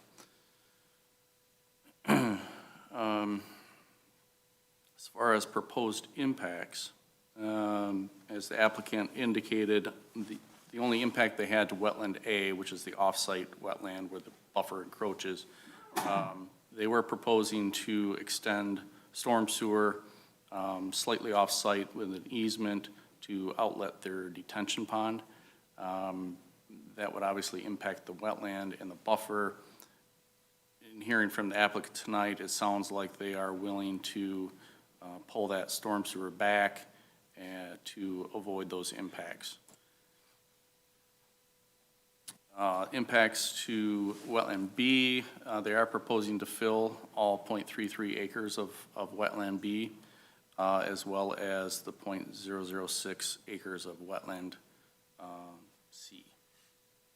And those are required basically to construct the ring road and buildings 1 and 17. While the proposed project does impact the on-site wetlands, it appears that the wetlands are only providing stormwater management. They're not of high quality regards to habitat or vegetation based on our review and that of their consultant. And since the applicant is proposing to construct a replacement stormwater management system consistent with the township's regulations, it's our opinion that the function of those wetlands will be in effect mitigated. So it was our opinion that the wetland submittal is in compliance with the township's ordinances and standards. We would just ask that any approval be contingent upon their commitment to revise the plans to avoid the impacts to wetland A and the associated 25-foot buffer. Thank you very much. We did have additional reviews completed by the fire marshal, by our public services, water resource commissioner review, MDOT, and there also was a traffic impact study completed. There also was a site walk completed by our site walk committee. At this point in time, I'll turn over to the fellow planning commission for additional, initial thoughts and questions for our reviewers. but not before we circle back to Mr. Landis. Sorry, I did have a separate engineering site review. You wanted me to recap that? Please, go ahead. The applicant did a nice job of hitting all the concluding comments, so I'll just kind of run through the site real quick to give you some additional information. There is existing 16-inch water main on the west side of 24. The applicant is proposing to loop the water main through two connections, so they're going to loop the water main through the site. There's existing 8-inch sanitary sewer also available on 24. Neither system has any capacity issues relative to serving this development. The applicant did provide preliminary detention calculations as well as a forebay and detention pond shown on the site. We did ask that they also include the channel protection volume control. It sounds like they have since done some infiltration testing, and it's showing that those infiltration rates are below the level that's acceptable to promote infiltration. If that's in case the fact, we still will ask them to provide some low-impact development features to the maximum practical. So that will be something we can pick up at engineering for them. Paving and grading, everything appeared to be, acceptable. Pavement slopes appear to be between 1% and 6%, and 1% to 4% for parking areas. They are going to provide the pavement sections as we've discussed. Let's see here. As far as traffic is concerned, we did look at whether or not this site would warrant a traffic impact study based on the number of units and review of ITE. This site was well below the threshold that's in the township ordinance to warrant a traffic study. Nonetheless, the applicant did provide a limited traffic impact assessment. We did look at it. We had a couple minor comments, nothing that would warrant any revisions or changes. So that pretty much is it. The applicant already went through our concluding comments, and it sounds like they're willing to make plan revisions. So I'd be happy to answer any questions that you may have. Okay, thank you very much. Good, we're good over there? All right, perfect. All right, at this time, turn it over to the Planning Commission for their initial thoughts, questions. Who would like to start us off? I have a quick question. Go ahead, Dirk. I guess first to the applicant, and then Mark might be able to address it as well. Reading the MDOT documents, I wasn't able to tell whether or not there was a definitive answer as whether there was going to be a full-depth right-hand turn lane off of 24 onto this. I got to believe, because I've heard it before, and it's also a concern of mine that the traffic affecting 24 on Lapeer Road with additional 101 units is going to be somewhat impactful, and the right-hand turn lane could help alleviate that, but I couldn't tell whether or not that was in the plans or not. Yes, what we were proposing is to utilize the wide shoulder that's there as the deceleration lane. That's what MDOT was requiring. Their comment was, if in fact it's not full depth asphalt, we'd have to take that portion of the shoulder out and reconstruct it full depth. We're in the process of FOIAing that information from MDOT to determine whether that shoulder is full width or not. We believe it is, as the road was recently reconstructed, but we haven't found that answer yet. If we find that it's not, then it would just have to be removed and replaced. I guess my question to Mark is, do you think that a full depth right-hand turn lane would be impactful or help the traffic flow? Sorry. There's certain warrants that MDOT will look at relative to their development, and if those warrants are met, then they will be required to by MDOT, but that would be under their jurisdiction.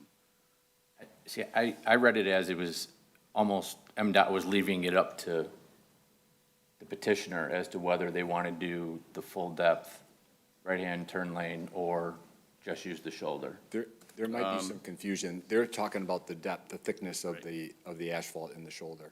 Okay. They approved the geometrics that we show on the plan. All they were questioning was whether or not their shoulder is full depth asphalt or not, and that's something that we need to research through a FOIA. Okay, so the issue wasn't then, I'm mistaken, whether to put an actual right-hand turn lane. That's correct. Yeah, it wasn't. Okay. The MDOT, when they reconstructed M24, they put in an entire continuous deceleration, acceleration lane, but they striped it off where you can't drive on that. So that's to be restriped. So there's going to be a decel section on that shoulder for deceleration to move into Regal, into Hunter Boulevard. And then when you exit, the extra wide shoulder that they've already created will be restriped to be that acceleration lane, to be that, what I call that right-hand movement that you're seeking. Thank you. Thank you for clearing that up. Derek, if you, like out of the speedway at M24, that's kind of the setup they have there. When you turn right, it's the far right shoulder. They've turned it into an acceleration lane. Got it. Additional thoughts? I'll kick us off with a few comments. It's nice to see a development come in with not just maxing them out, all the units that are allowed in the density, but rather doing something that's tastefully designed and laid out in the community. That's obviously a fight that we have on a regular basis, so to be walking into that as a presentation, it's nice to see. Glad to see that same thing goes with the overall lot coverage is under our requirements. I think there's a nice quality architecture that's proposed here. They've responded to the site and its zoning, and then also tried to provide some relief in the facades that it doesn't look like just one big housing block type of development. A couple of the bigger picture, I think, I appreciate the applicant coming forth with willing to address the number of comments that did come up from our reviews from our consultants. Seems like, the one concern that I had regarding wetland A would be addressed with the applicant revising their plans per their discussion here this evening. Those other wetlands, being smaller in nature and assuming to be somewhat man-made, those to me seem to be remediated with the other improvements occurring to the site. In regards to the potential waiver that would be granted here this evening, I don't see a need for a trash enclosure. I've lived in a development very similar to this where, every essentially homeowner, occupant's gonna handle their own trash versus it being like an apartment complex style to where, you're hauling your trash out to the common dumpster. So in many ways, this is a, small, single-family home size, so I don't see that being a major issue. Just one minor comment that I have, I'd like to just see us in the re-review, take a look at some of the additional signage that's proposed for advertising for the development, just to make sure that either adheres to our ordinance or is revised as temporary or something that fits that ordinance section. Go ahead, Tammy. Signage is done entirely administratively by staff, so we do need it removed from the site plan. Planning Commission is not assigned with reviewing signage. Okay. It's done administratively by staff. Okay, so I guess as clarification then, for that to be removed or reviewed at a later date, I guess that was, thank you for that. That addresses the concern. So that's where I'll start, I guess, fellow planning commissioners for questions, comments. Mr. Gross? Yeah, I think it fits in well in between an existing condominium project to the north and the retail development with Home Depot to the south. I like the way that the units back up to the units to the north so that it's comparable type of development back to back. And the same with Home Depot where the units are backyard to backyard of Home Depot. I tend to agree that wetlands B and C are, I don't want to say insignificant, but they're minor. Wetland C is, like 200 square feet, that's the size of a parking space. And wetland B is only, 14,000 square feet. So again, it's really insignificant in terms of the bigger picture. And as the engineer indicated, that the purpose of those will be resolved with other infrastructure. I agree that trash enclosure is not necessary if there's going to be internal disposal of the trash. And I agree with you, Mr. Chairman, that it's nice to see a development that comes in not looking for excessive development, higher density or anything. In fact, it's below the density of what the ordinance would permit. So overall, I'm pleased with the plan. That's what I was going to say as well. I mean, it's sort of, it is a little refreshing not to be pushed to the edge of what is allowable. I think I like the way that the building is pushed forward, and it has a lot of depth and a nice look to the front of it and side garages. Oh my gosh, I heard you gasp a little when he said side garages. I think, overall, I think it's going to be a beautiful development. We had talked about traffic and things like that before, but like there's a light right there at Scripps that should be helpful for any kind of traffic, I think, coming in and out of there. I think it's clever, not that it matters, but I think it's really clever, the use of the names. And I think that that's really nice because we were just talking about connecting to the history and making it part of this township, and so I appreciate that. Covered trash enclosure, not a big deal to me either because everyone will have their own account with our GFL, right? That's the way we like it. I like this plan, and I appreciate your consideration for I do. Go township. ahead. One other comment. Go ahead, Mr. Gross. The planner indicated the setback along the units on Lapeer Road. I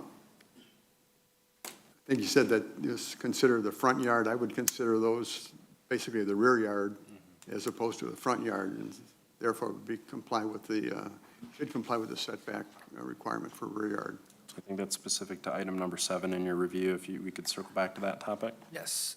So I think I heard the applicant indicate that those are going to be at-grade porches. So the ordinance does permit patios and porches that are not covered, that are with no higher than 3 feet above grade, to extend up to 10 feet into that setback. So as long as the floor plans for the building 11 shows that those are patios projecting into that, then it is compliant with the ordinance. I guess if the applicant could just clarify that, just step up to the podium for us, please, and so it can end the recording. Dominic J. Mosheri, we concur, and we will facilitate, we want to be a variance-free proposition here, and not a PUD, and we're not looking to get the last pound of flesh out of this. We think the returns will come long-term through our resident occupancy terms and what we call retention. This is a great township, and we want to just, hopefully we could, well, the best word I could say, we could accomplish your goals and objectives. We believe that Regal Terrace does that. Thank you. Thank you. Additional thoughts, questions? If someone's willing to make a motion, there's a few that would be required on this project for an approval. And then further discuss. I would move that the Planning Commission approves the wetland permit for PC 22-26 Regal Terrace Wetland located at 2410 South Lapeer Road, parcel 09-23-301-005, and parcel 0923-301-012 and 013 for the plans date stamped and received June the 29th, 2022.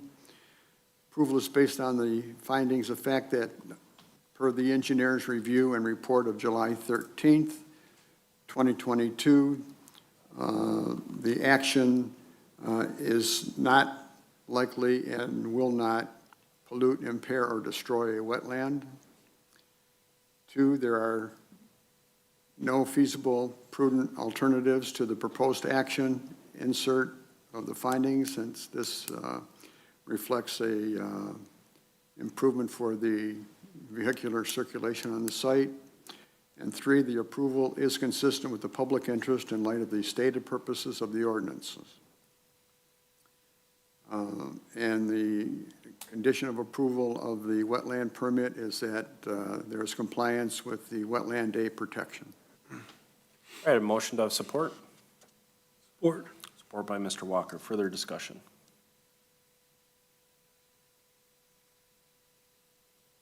Mr. Landis, any concerns with that, I guess, condition just on the motion, just to adhere to the issue or conflict with A? No, as long as their condition is to have the applicant adhere to our comment number 1, I'm fine with it. I guess if you'd like to further clarify, otherwise we can leave the motion as is. Leave the motion as is. Okay. Further discussion? Okay, public discussion. Roll call, please. Urbanowski? Yes. Bracken? Yes. St. Henry? Yes. Walker? Yes. Gross? Yes. Reynolds? Yes. Motion carries. A few more motions required for the project. Don't get too excited just yet. We'd all like to go home, don't worry. If someone's willing to make another motion, we can entertain that. I'll move that the Planning Commission grants the waiver for the requirement for a enclosed trash receptacle because the applicant demonstrates that the operation of the development will be for internal trash to be retained by the individual units. Motion to have support? Support. Support by Mrs. Urbanowski. Further discussion? Public discussion on the motion. Roll call, please. Gross? Yes. Urbanowski? Yes. Bracken? Yes. St. Henry? Yes. Walker? Yes. Reynolds? Yes. Motion carries. All right, that leads us to our discussion with the site plan. Someone's willing to make a motion to discuss, we could entertain that. Keep moving. I'll move that the Planning Commission grants approval for the site plan as to be revised in accordance with the comments made by the applicant this evening to reflect the reviews of the planner and the engineer's reviews of their letters of July 14th and July 13th respectively.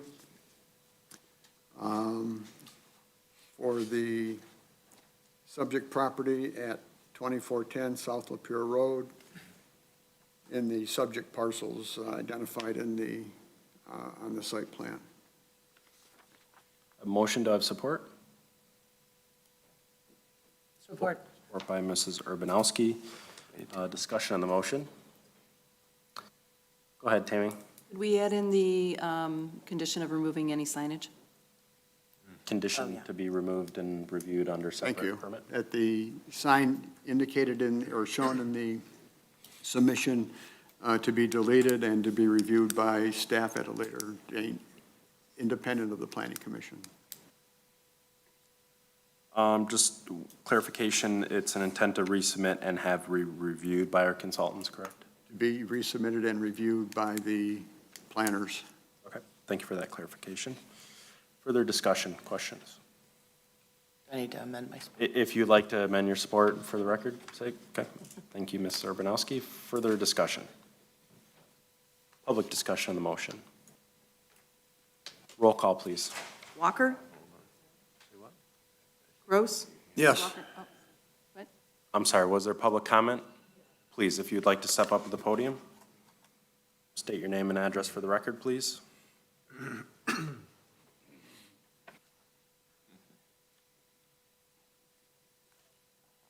Thank you. Catherine Kennedy, 690 Rochester. I'm actually very concerned that we're doing waivers of wetlands and also Green Shield and Scripps, I thought were natural beauty lands. And that section of property is pretty much the only thing left for the wildlife. For the Bald Mountain area is pretty much wiped out around the park for the development is encroached. And I just feel anytime you fill a wetland, you create a flood zone. There's multiple problems that we create ourselves. And I think this is a real issue. I don't agree with adding so much transient housing in our community. The apartments, these are big apartment projects, townhome projects. Nobody's talking about real houses that families actually want to live in. I actually have a real concern with Mr. St. Henry making the statement that there is no conflict of interest. He actually works for the individual who presented the World Economic Forum resolution for Oakland County, and he's a long-term employee of Oakland County Economic Development, who's pushing the World Economic Forum into our communities. The county actually created an attainable housing trust on February 24th. They also put economic development in charge of our airports. We have a no fee, no lease to the U.S. Border Patrol for our airport where they don't have to pay any rental. The taxpayers have to pay whatever the expenses are over some nominal user fees. And at the same time, they moved our records to facilities. This entire process, they're digitizing everything. They've digitized our real estate. They've digitized us. I actually got a QR code from Oakland County for an opinion survey, and then last week I got a QR code from the state of Michigan for an opinion survey. QR code is designed for tracking and data capture. It was designed by a foreign corporation, Denso Wave, in '94 for manufacturing inventory control. Why is our government using these types of things on us? And why are they using our tax funds to bring a lot of other people from other regions of the world to our community that we can support? That's not reasonable, and there's no consideration. All these extra, they're saying, oh, we want 11,500 more attainable housing units. They're looking only apartments. The cost-benefit analysis with apartment and property taxes, the property tax owners are the ones paying the costs. We're bearing the brunt of it. Comments, please. Well, okay. And I'm really concerned. Our schools, our infrastructure, traffic is horrid already. This is not a positive thing. And literally, there was a global Detroit forum that was for landlords to teach them how to rent to the refugees with our HUD money. Thank you for your comments. So, thank you. Thank you. Any other public comment? Roll call, please. Walker. Yes. Gross. Yes. Urbanowski. Yes. Bracken. Yes. St. Henry. Yes. Reynolds. Yes. Motion carries. Okay, thank you very much. All right, that leads us to our next agenda item. Go ahead. Thank you very much. But I can't let things like that be unresponded to. And it's just not meant to be a debate, Mr. Chairman, and the Planning Commission.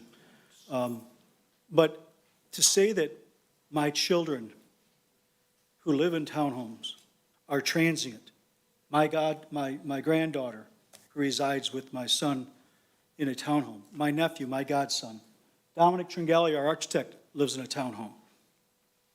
These are attached single-family residences that may be for lease or may be for sale. But I can't let those sit idle. And we're not transient, born, raised, right down the block, in the community, part of the community, and I won't let those comments just float out there. Thank you very much. Thank you. Okay, moving right along with our agenda, thank you. Thank you.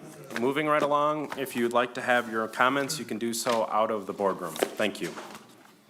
Moving along to our agenda, PC case 22-27, Willow Creek Apartments, wetland and site plan located at 3120 South Lapeer Road, parcel 0926-151019. The applicant's present. If you'd like to state your name and address for the record, please. Joseph Salome, 251 Diversion Street, Rochester. Jason Fleece, Umler Group, 49287 West Road, Wixom, Michigan. Thank you. You want to give us a, sorry. We have a thumb drive per instruction. Okay, I think per instruction is to bring laptops is what I per read instruction the is. letter so. that said to download the data onto a thumb drive, which is what we've done. Nope, and I think per instruction is to show up a half hour before the meeting to test the presentation out too. But what do you have, I guess, that we can help you out here at this point in time to work through the presentation? Are you going through files as submitted or a separate presentation? We're going through files as submitted. Okay. Pull them up. Can maybe help you out here and, Chair, would it help if I brought my laptop down for them to use versus you trying to know when to change? it doesn't matter. Are you guys just flipping through plans? Yeah. Okay. I'm just gonna go ahead and pull them up here just to kind of keep things rolling and not set up another, make sure, see if I can do this here. Handy dandy. All right, so if you have specific pages, let me know if you want me to transition and we'll try and help you out here, work through the presentation. Go to C6.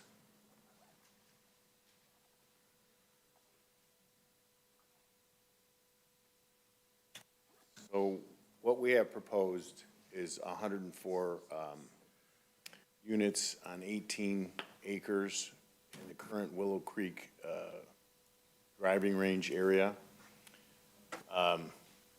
with a adjacent open space, and we're proposing to use a 12% coverage, land coverage, whereas we're allowed to go up to 25%.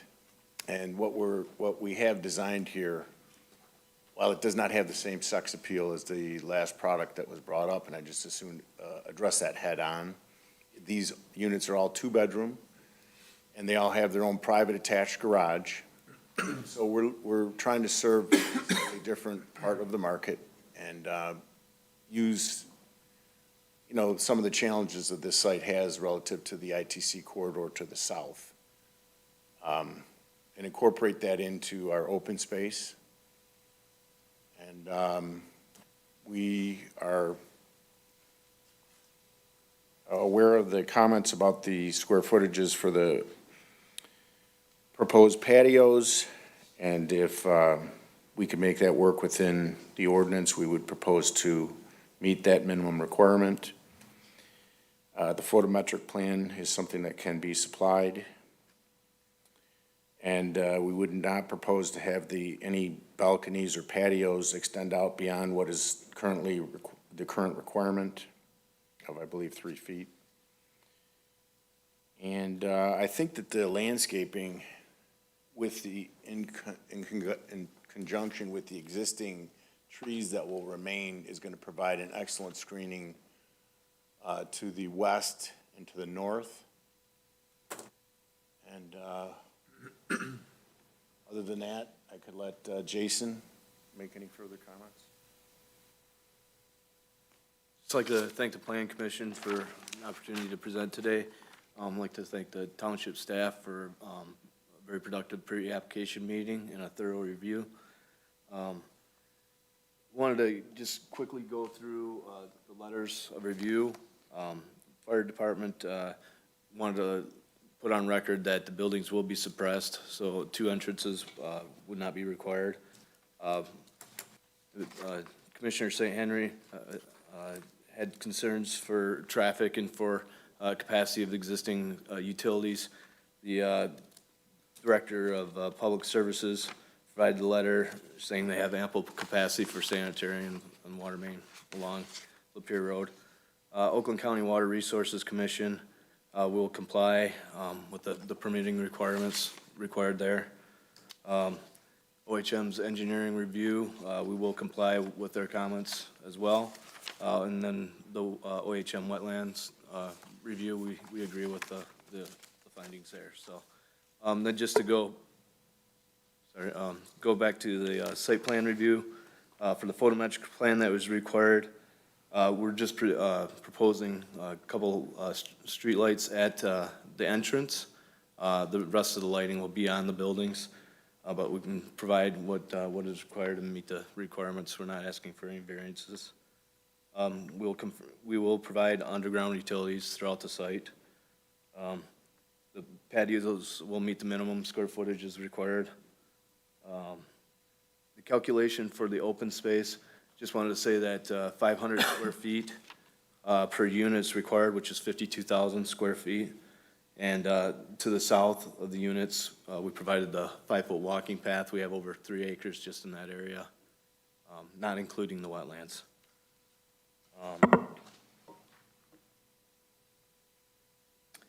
It should provide type of structure, the dimensions, that additional information will be provided. And then the tree removal permit required.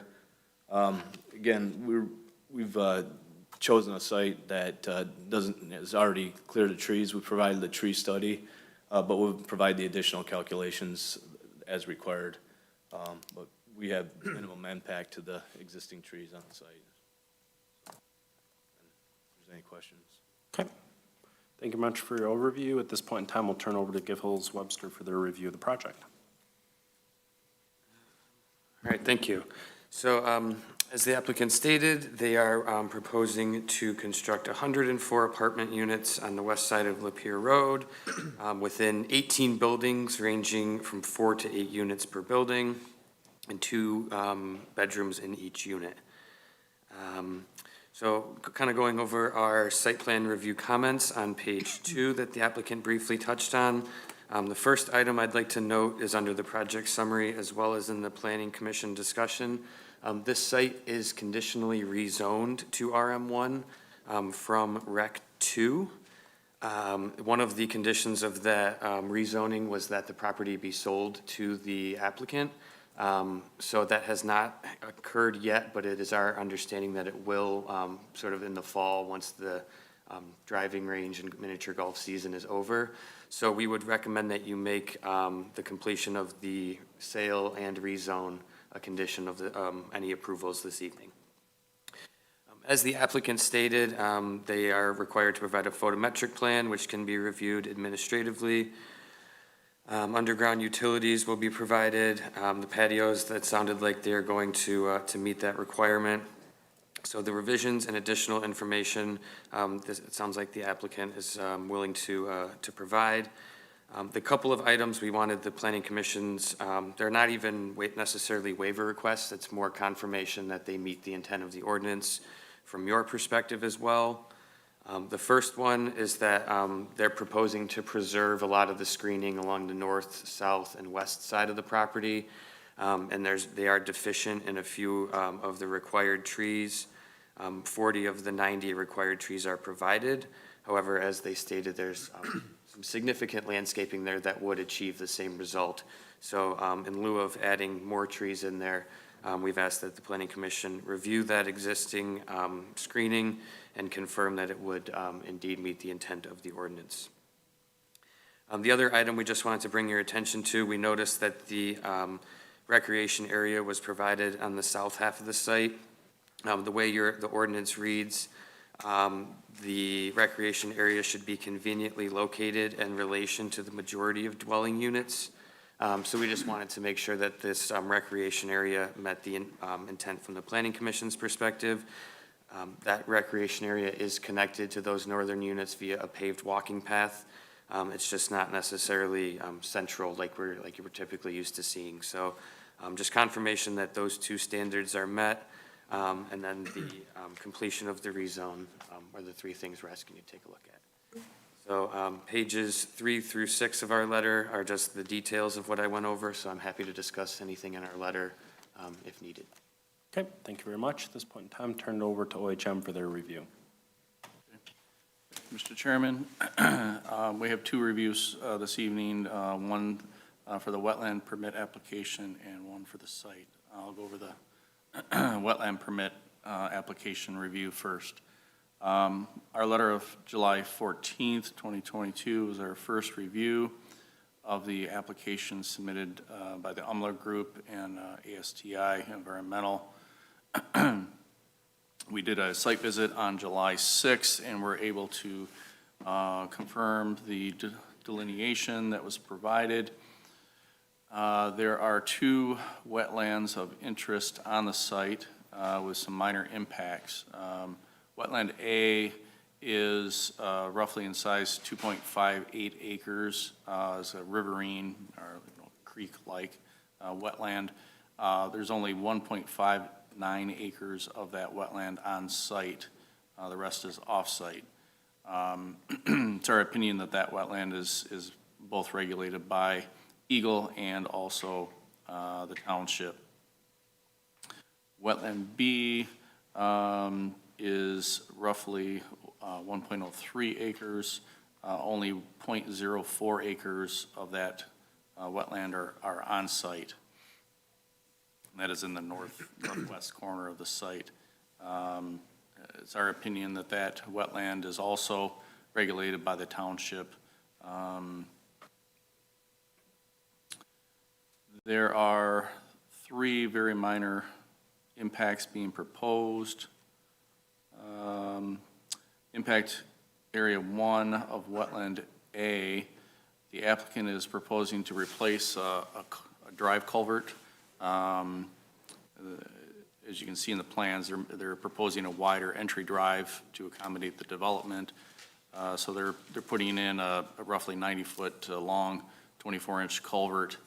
So there'll be a minor disruption with the removal of the old and replacement of the new, as well as water and sewer utility crossings, which are pretty minor in nature. Impact 2 at Wetland A is just the outlet of their detention basin.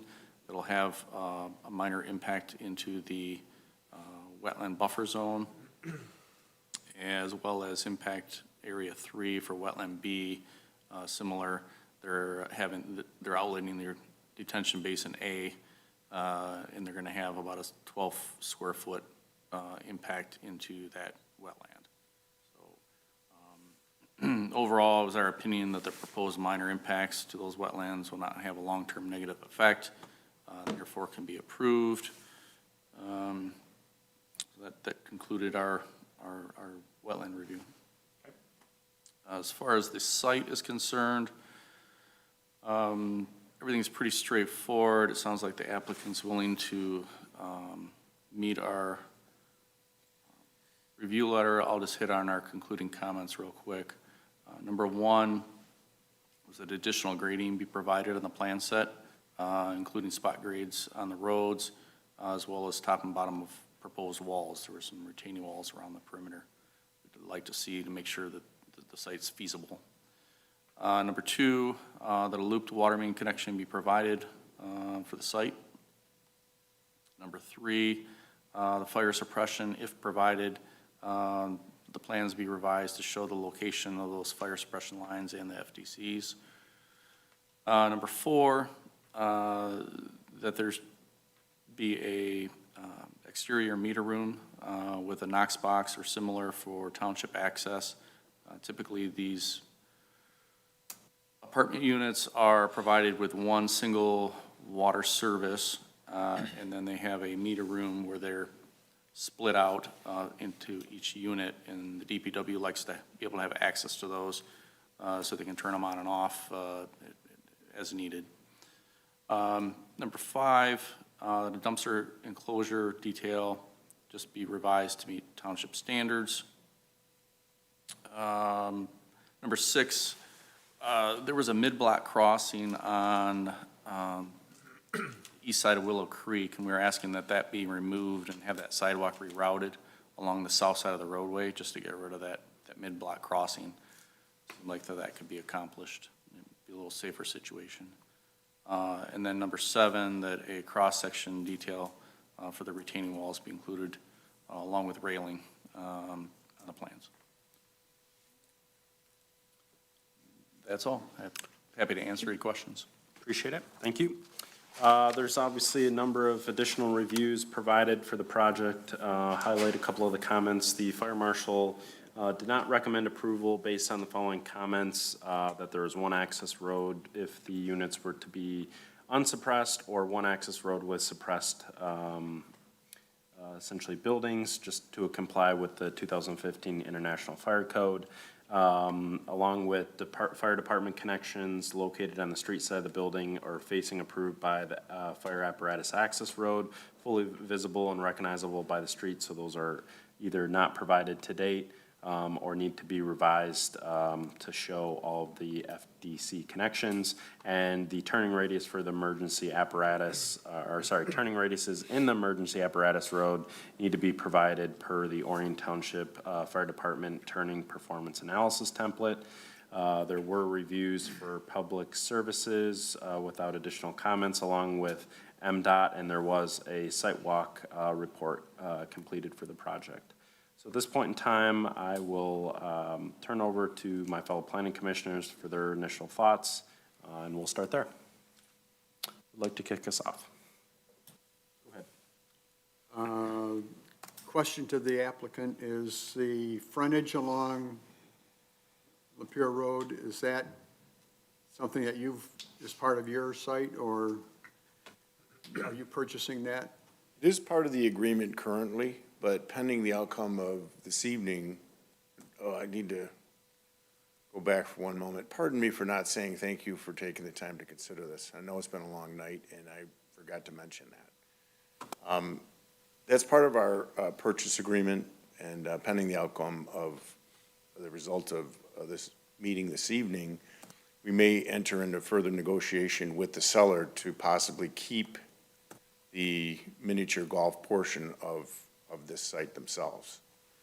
And that's something that's going to be subject to, like I said, these proceedings tonight. Okay. It is our intention to connect the walking path to the south in order to, connect to the sidewalk that is existing now to the south. Okay. As long as you're up there, are there any restrictions regarding the use of the easement property on the south that's encumbered with the overhead wires and the underground utilities? We are not proposing to do anything outside of what the easement requirements are. The walking path and we're going to have a dog park area, and the yoga areas are all within compliance of what the easements. Okay, but there's no restrictions placed on it by the utility companies? Not unless we want to go vertical. Okay. Build on it. It seems like that's an area where you could really take advantage of that open space. You've started with the walking path. I could see an area where there's exercise stations along the path to kind of be an attraction to your tenants. Possibly a dog run, possibly a putting green. I think there's some opportunities to utilize. Driving range? No, not a drive, no. We can turn the existing driving range straight down. The issue is hitting golf balls towards the buildings. No, I thought of it. Sorry. But we are going to put a dog park. It's 9:30, we got to throw a little. Okay, I'm just saying, we do have plans to put a dog park there, as well as some recreational things like the yoga area, and that may evolve a bit into, some other amenities that we're hoping to, make it attractive to the residents. Because, as the planner indicated, it's kind of off-site from to be used by the residents, but if it's organized such that it would be an attraction to the residents to actually use that area. I agree, and we're excited to be able to use it, and it's nice that it's open, and there's very little tree impact on the whole site. Yeah, I guess I would hate to see it just kind of a field. That wouldn't be good in terms of the optics of it for the development, and I don't think it would be a good addition to us from a marketing perspective. We're going to make it nice. And the last question I have is, you're showing 2 trash enclosure areas. they're both at the west end of the site. Seems kind of, You know, I really don't want to complicate anyone's life right now, but it was interesting that the last applicant had made the request to allow to go to individual trash bins. And I hate to say this, but we would probably make the same request. I'm doing another development right now, and we're doing that the same way, and it is the preferred way to go. I just think the dumpsters are really kind of, if you can avoid them, it's better. But again, I don't want to complicate this process. these units have attached garages. They all have an attached garage. So that would make it a little bit easier for the tenants to maintain their own. Yes. So, sorry to interject, but quick comment then. So you are seeking a trash enclosure waiver and that you wouldn't install the enclosures if the waiver was granted to provide individual trash, or you still wouldn't install a trash enclosure? With apologies for bringing it up. But yes, I am requesting it. Okay. I believe it's a preferential way to go. So understood, right, if you're seeking the variance, I'm just to clarify, as shown on the plan right now on the west end, there's two trash enclosures. You would remove those from the plan or keep those in the plan if the waiver was provided? If the waiver is provided, and at the pleasure of the planning commission, I would propose that we remove the two proposed enclosures and allow for individual trash containers that will be housed in each individual unit's garage. Okay, understood. Thank you for the clarification. That's what I was asking. Mr. Gross, did you have additional comments? No, I'm fine. Okay. Mr. Bracken? Well, I just had an issue with the MDOT, whether that was addressed in the proposed access to parcel B. We will address the MDOT, comments when and if the frontage is developed per their comments. If and when that's developed, it will address it. That's what they're requiring. Well, they write, quote, "To avoid having to further mitigate for future development traffic of parcel B, they should consider preparing the TIA or TIS for the worst-case scenario and address it at one time, this time." You're saying you're not going to do that? If I can add to that, we are going to comply with MDOT and their requirements. I'm working with Julie Kroll, who did the initial traffic impact assessment that was submitted. We're going to provide some additional information to MDOT. We're going to work with them to to meet the requirements. So what they were looking for was they wanted the worst case, in case, because you can see where that truck turnaround is coming off of Lapeer Road, and we have the right turn lane, but it's not as clean as other sites where you can see a clear right turn lane, but they have the exaggerated shoulder there, and then they have that larger turnaround. So it's like, where do you put a secondary entrance? And then you also look at the entrance distances. Sorry, farther from the speaker. So what they're concerned with is having a secondary access right there, going to that second site. But what we're gonna do is gonna provide them the additional information for worst case, working for what the future development is of that area, what additional traffic is, because they're gonna probably come out on the boulevard entrance and then out to Lapeer Road. So there's only one entrance for that future development. Okay, so Sorry, did I clarify? No, maybe it's just me. Are you going to provide a site development plan that includes proposed access to parcel B or not? Yes, I mean, what we need to do is work through the process with MDOT. So when they get the traffic counts and distances, what we didn't do is like get into the design of the future development. What we want to do is incorporate on our plan, if there is a need, to provide an entrance to that future development off the boulevard, that will provide that. If they can't get a secondary entrance on Lapeer Road. Your answer is yes. We'll comply with MDOT, what they need.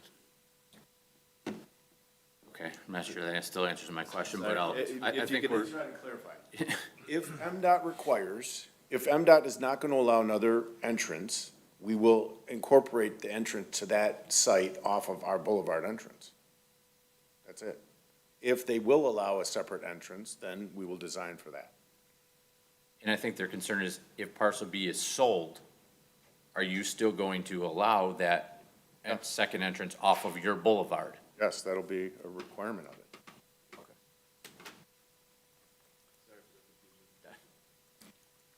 Mr. Chair, Mr. Walker. I have a couple of questions for our consultants. Matt, I wasn't sure what you were saying about the trees. What was your recommendation on the trees? So when we took a look at the site, the western property line requires 90 trees to be provided. The applicant is adding 40 trees, so they're essentially deficient in terms of the ordinance by 50. But the ordinance does allow for the planning commission to accept existing vegetation in lieu of meeting the requirement for those 50 trees, if you feel that it effectively screens the property from the property to the west. Thank you. And a question for you, is the question about whether or not you're going to leave the putt-putt course, is that part of this vegetation issue or no? No, it is not. There's existing vegetation and mature trees along the north boundary line, some on our property, and along the west. And we feel those are of higher quality than what we could replace, but that would be at the pleasure of the planning commission. If we're required to put the additional 50 trees, we will. But we are feeling we're meeting the requirement, and I think there's a mechanism in the ordinance for us to do it that way. Thank you. And I have a question for, I don't want to Go ahead, Mr. Walker. let the engineer away free either. You seem to indicate that although there are two wetland areas, that they're insignificant. Is that a word I'm using properly?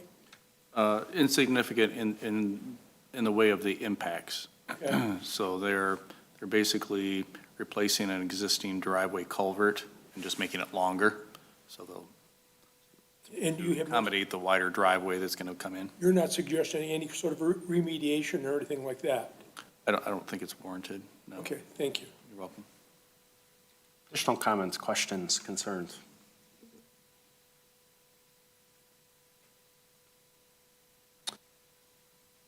I just have a question for. Go ahead, Mr. Bracken. Fellow, Mr. Walker. I mean, would you want them to put in those additional 50 trees somewhere? I'm known as the tree man. I mean. That's why I'm asking. I'm not sure that would be, I don't want to break your deal either. I mean, I don't want that to be a deal breaker for you, but the fact that 50 trees there'd be 50 less trees after you were done than there are now, is that correct? Yeah, please at the podium if you would, so it's on record. Thank you.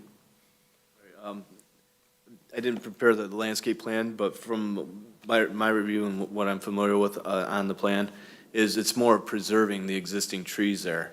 It's not eliminating trees and then not replacing them. It's maintaining the trees along the west property line, the north property line, and then along the creek as well, to the east. So it's keeping those trees in place. Okay, all right, thank you. So I, on this topic, would like to just kind of clarify a couple of things, and I guess I could pull up the plan instead of just talking it through. Tree plan, of course, got our lovely, so workable software package. No pun intended, Tammy.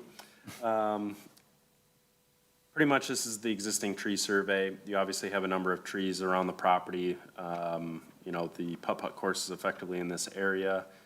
Proposed development, is through here. So all of the trees with red X's on them are those being removed. So you can see the ones that are being remained, which is primarily on the west and the south, not therefore on the north.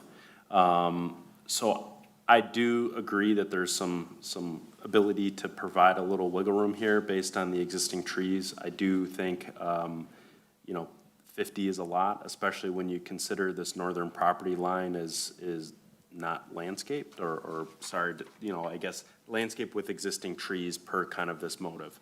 So I think, to me, in my perspective here, especially just with how we've influenced kind of the tree ordinance, I think there's a compromise that we'd be looking to seek, at least in my perspective. And the applicant can please clarify if I'm wrong. Obviously, there's a lot of them likely being removed because of the detention basin, but you can kind of see on an overview here, some of the trees that are being maintained, is kind of a cluster over here, these clusters to the south. Most of these clusters to the north are not. So I think that's where, maybe there's some compromise or discussion here is to incorporate some additional thoughts.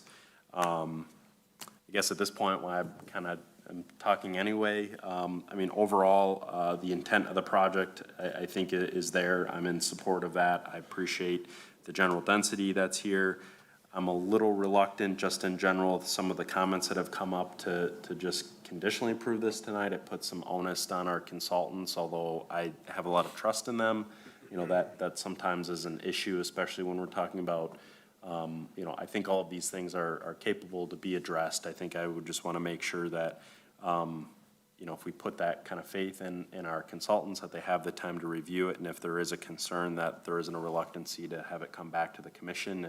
If my fellow planning commissions were intending or seeking, a potential approval tonight, and one of those comments are, always just to kind of stick up for our fire and safety. And there's some bigger comments there with the fire marshal, none that I don't think aren't workable here, but just, we need to make sure these things are buttoned up. Comments previous to the last project, not to dilute the waters here, but, are kind of minor in nature. Some of these we don't have a photometric, we're kind of missing a couple of components. So I'm not trying to steer anyone in any certain way, but just to be aware, there's some bigger kind of revisions here to work through that I think can all be implemented, but should be done in a proper motion, so.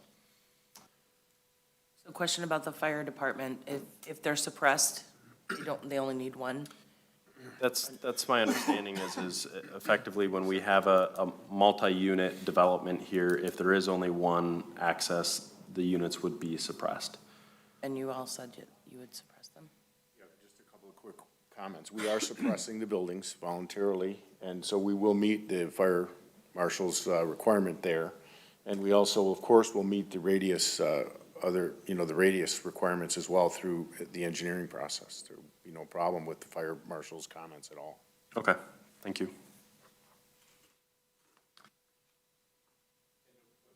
Real quickly, as far as the photometrics goes, there will only be lighting on the buildings and at the entrance. There won't be any other lighting at all. So the photometrics are going to be very simple. I guess that's kind of where some of my concern arises, right? Both a turning template and photometrics are all things that we typically see at this phase. It's not something we see in final engineering, or we see it further developed. So that's where my feeling on this project is, I'm in support of the intent here. I feel like there needs to be a little more information is all I'm getting after. So just my perspective here. Additional thoughts?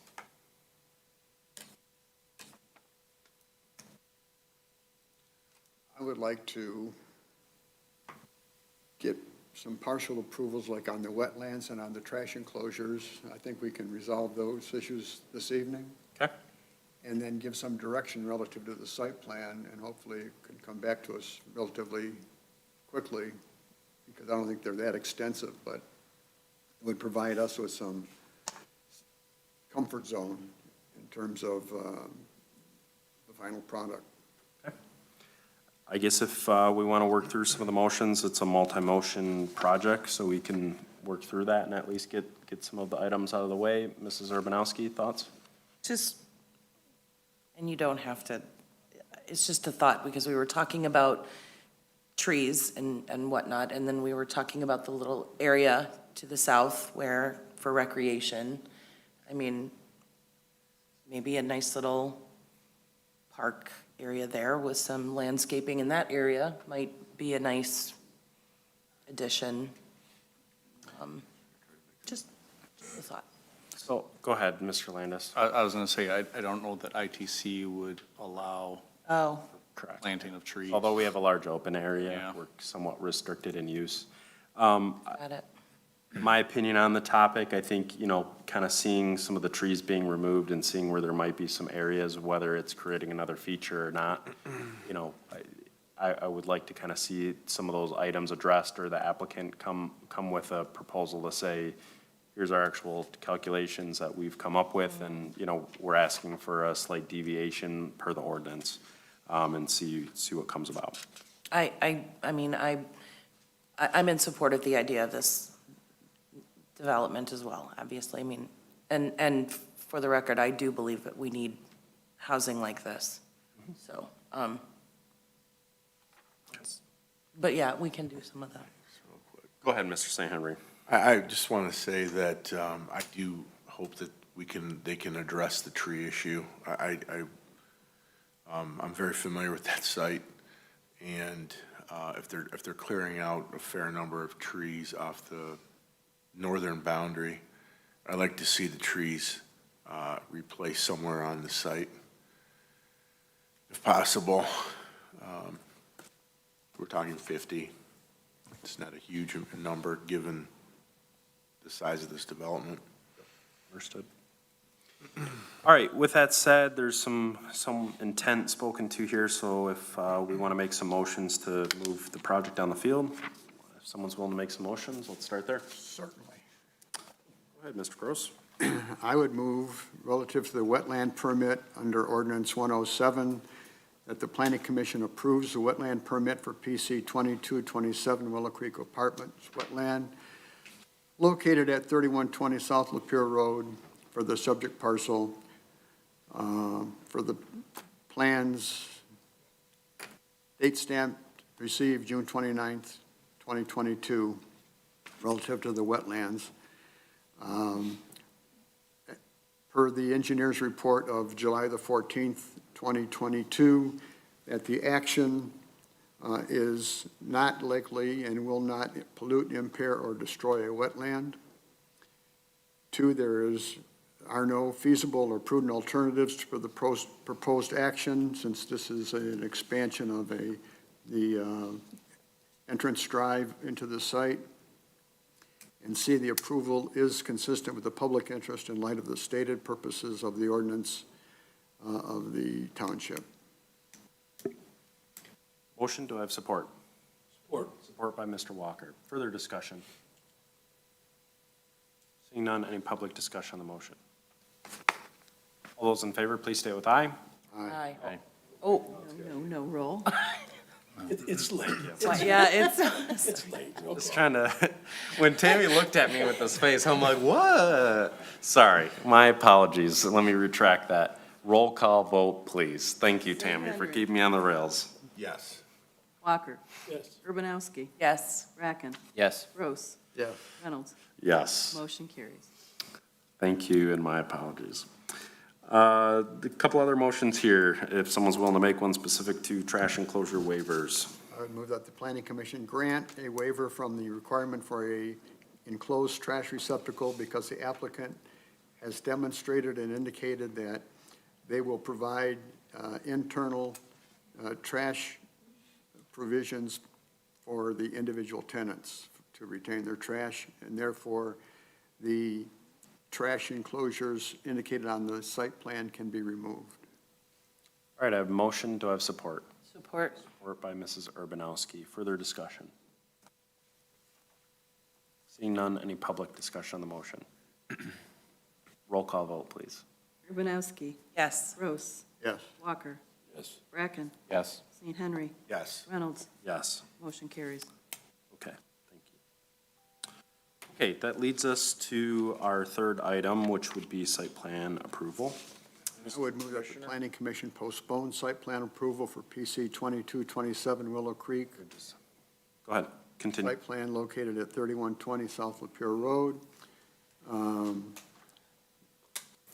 to allow the applicant to revise the plans to indicate some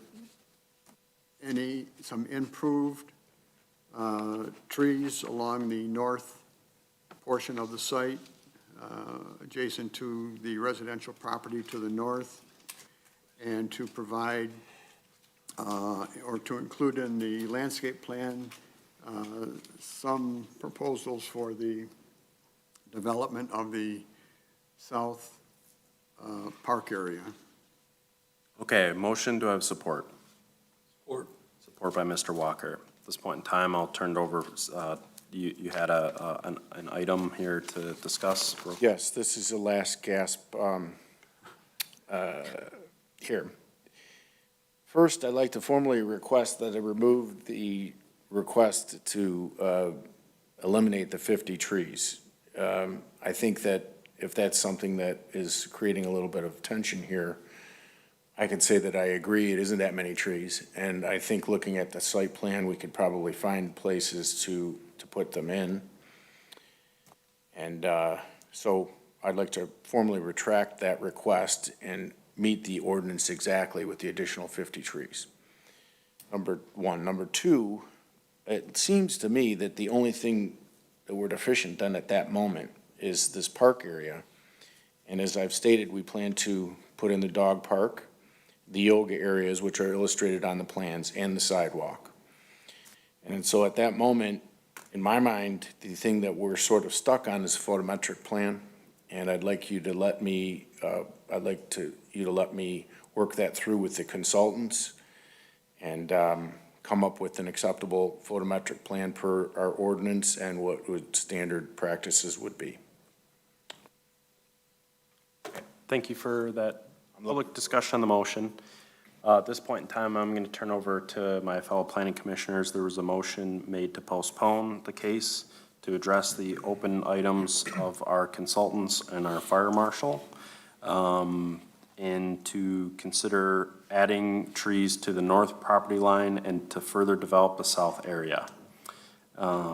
Since the motion is on the table, the applicant has stated a request to retract the 50 trees, variation from the tree ordinance. So at this point in time, I guess I'll turn over to the Planning Commission for their discussion on the motion that's here. Mr. Bracken, go ahead. I think postponement is the proper way to go at this point in time. I'd like to see the new site plan with all of these issues addressed before approving or not approving. Agreed. My comment would still, even with the retraction of trees as presented by the client, hello. Getting to be a late night, long day, late night. I still would support the postponement. I think, yes, it's photometrics, but there's some other items here. I mean, additional grading, I mean, some of those items are things that we have resolved at this point. So I know they could be perceived as minor in nature, but as we're sitting here as a commission, you know, I'm slightly reluctant in that regard. So, that's just my thoughts, but I guess further discussion on the motion that's on the table. Yeah, Mr. Chair. Mr. Walker. More so than the photometrics, I'm concerned with the fire marshal's input. I think that's a big deal. Noted.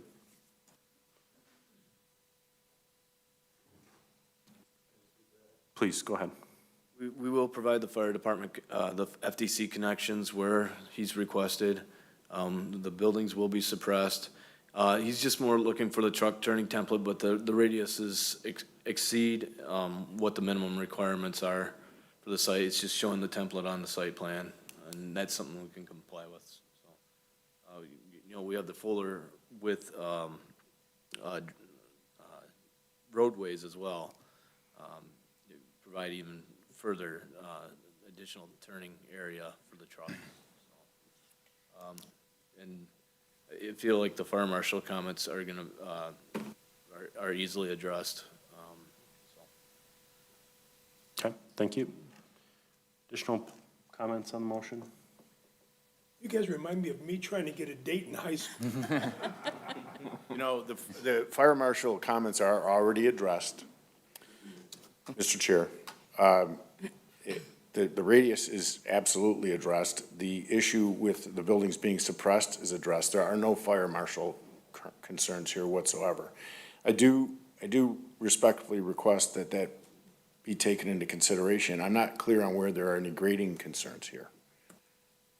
If there is something more than photometrics, I'm not clear on exactly what it is. This is we're not asking, this is not a PUD. We're asking, this is an approved use of this site pending the purchase. And I got a lot riding on trying to get this through. If these are major issues, I would 100% support you tabling it. But if they're minor issues, then I would respectfully request that you consider allowing me to work those through administratively. Understood. Additional public comment on the motion? Or any comment for that matter? It's in public today. Tammy? Obviously, it's at the Planning Commission's discretion. But in order to get approval, even if it's administratively approved, it still has to meet ordinance. So if there's nothing subjective, like not putting in 50 trees, then the consultants are going to look to make sure they meet ordinance, and if they don't, they're going to have to come back. So if there's nothing that's subjective, I just wanted to add that in there. Valid concern, valid point. There is a motion on the table. I guess at this point in time, we have to formally vote, or we can retract the motion on the table if the motion maker is willing to.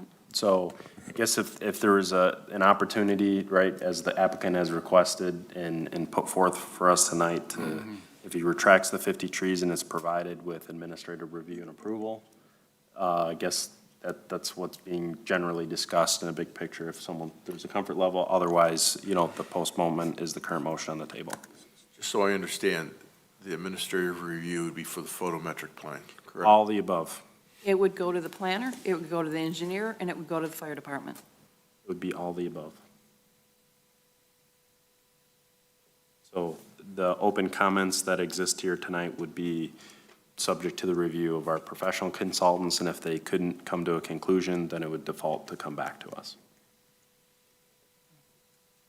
So I'm just general consensus or thoughts. I mean, not looking for a roll call vote at this point in time. If there is a majority feel to keep the project moving forward, otherwise the postponement is the current motion on the table. I'm still in favor of the postponement. If the preference is to move forward with a vote, I think there's a risk at potentially being denials or no votes on the approval versus a greater chance with the postponement of seeing it and being satisfied of the site plan being approved at that time, in my opinion. Without having an actual motion on the table here, I would foresee that motion to be approval if all of the conditions brought forth are met to the liking of our professional consultants, and if not, they would come back to the Planning Commission. Right. So there wouldn't really be, it's not a straight up yes or no, but more or less a conditional approval. And that's not uncommon. It just comes down to where when we get into these projects with the long list. So, go ahead, Mr. Landis. I was just going to add, if it's of any value, I'm very comfortable with reviewing revisions related to the comments that we provided. I feel are relatively minor in nature and can be resolved for what it's worth. Okay, thank you for that comment. That's a lot. Mr. Chair. And what about Giffords? I just wanted to add in that the lighting, the photometric plan, there's only two standards to review. It's that the lighting is shielded downward and it doesn't exceed 0.3 along the west property line. So I would echo Mr. Landis's comments that our review is very minor in nature at this point. Okay.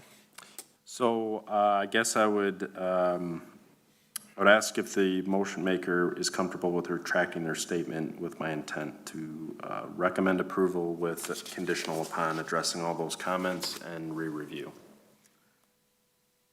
But out of respect of the motion maker and the supporter, which I believe was Mr. Walker. I I would Otherwise, I'll call a vote. like to remove or rescind the motion to postpone at this point. All right, so at this point in time, I would like to make a motion that the planning commission grant, wrong approval. I'm all over this tonight, so. I move that the planning commission grant site plan approval for PC case 2022-27 Willow Creek Apartments site plan located at 3120 South Lapeer Road, parcel 0926151019 for plans date received June 29th, 2022, based on the following findings of fact. This approval is based on the following conditions: the successful rezone of the property to RM1, that all of the comments in the planner's review letter is to be addressed, all the comments within the township engineer's comments to be addressed, and all of the comments within the fire marshal's review to be addressed. This motion also includes the applicant's retraction as presented here tonight to therefore plant the 50 trees that were previously proposed as deficient. And I would request that the applicant still consider additional plantings on that south side of the parcel as originally presented in the original postponement motion. Part of the landscape plan. Part of the landscape plan, yes, that intent would still stand true. This motion includes the plans being resubmitted to our professional consultants and our fire marshal, agreeable to their liking for site plan approval and meeting all of those ordinance requirements. If those requirements are not met, it would come back to here as a planning commission. That would be my motion. Support by Mr. Walker. Further discussion on the motion. Mr. Chair. Yes, sir. And the rezone needs to be. That was number one. Okay, sorry. Nope, you're good. But thank you for making sure. I'd rather you speak than not have it included. Public discussion on the motion. Okay, roll call vote, please. Walker. Yes. Bracken. No. St. Henry. Yes. Gross. Yes. Urbanowski. Yes. Reynolds. Yes, Motion carries. thank you. Thank you for your efforts. You guys put in your share of work on this stuff, and I have a lot of respect for that. Thank you for your We like A papers, so make sure you don't disappoint us, so. It didn't turn out like my high school date, so good luck. And don't forget what he said about joining the chamber so we can do a ribbon cutting for you. Oh, sure, thank you. Just saying. Okay, leading right along in our agenda swiftly and efficiently this evening at 10 o'clock. Unfinished business, PCK 2021-07 5-year master plan. Rod, if you'd like to lead the charge. Obviously, we've discussed this. There are a couple other items, I believe, just to touch base on. Just a couple items for you to be aware of. One, there was a memo in the packet that described the changes from the previous draft. And as you know, we were primarily just correcting factual information. That's all outlined in that memo. Number two, just for the record, Lapeer Road is not proposed to be an interstate highway.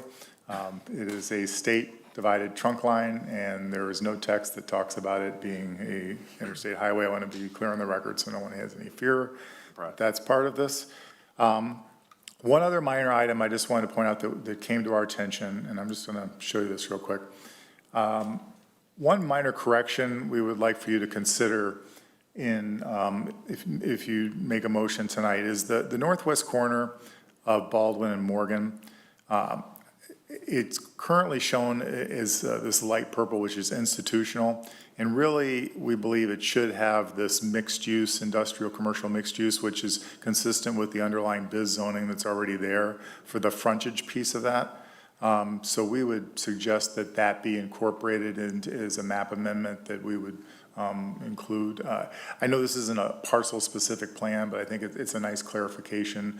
And at the same time, on the density plan, it doesn't show a density on the density plan because of that institutional overlay. So this would then bring in the density that is the mixed-use and village center density on that if it were to be developed as residential at some point. But it's a mixed-use development, so it doesn't have to be residential. So if you choose to make a motion tonight incorporating that minor correction, I think that would be helpful. Okay, Thank you very much for that general overview. I'll kick off the comments. I think overall, thank you everyone for your efforts in this. Not to get ahead of a motion of any sort, but I think we've had a very comprehensive review and very thorough review of this master plan. I'm in support of those couple of changes here, and I would look forward to us submitting the resolution to adopt. Can we do the changes by consensus since, as we did with at the last meeting, as opposed to by resolution, just do it by consensus?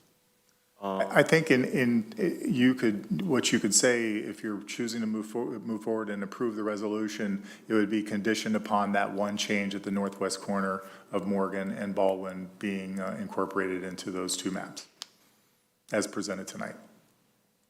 Okay. I think formally we want the resolution of adoption on record, but. Yes. I'm ready to make a motion on adoption. Go for it. Sorry, before Tammy wanted.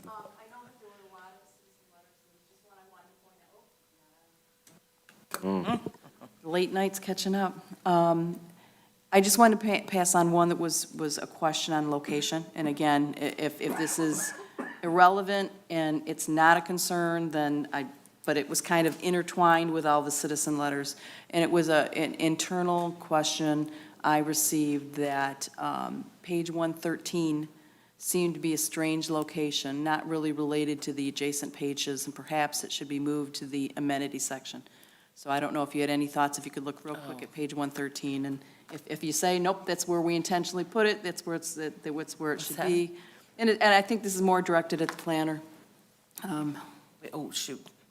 113 page. In the master plan itself, Let's see if we can. page 113. Where I'm looking. it's got the pictures of the boat launch? The leisure Leisure recreation. recreation, Yeah?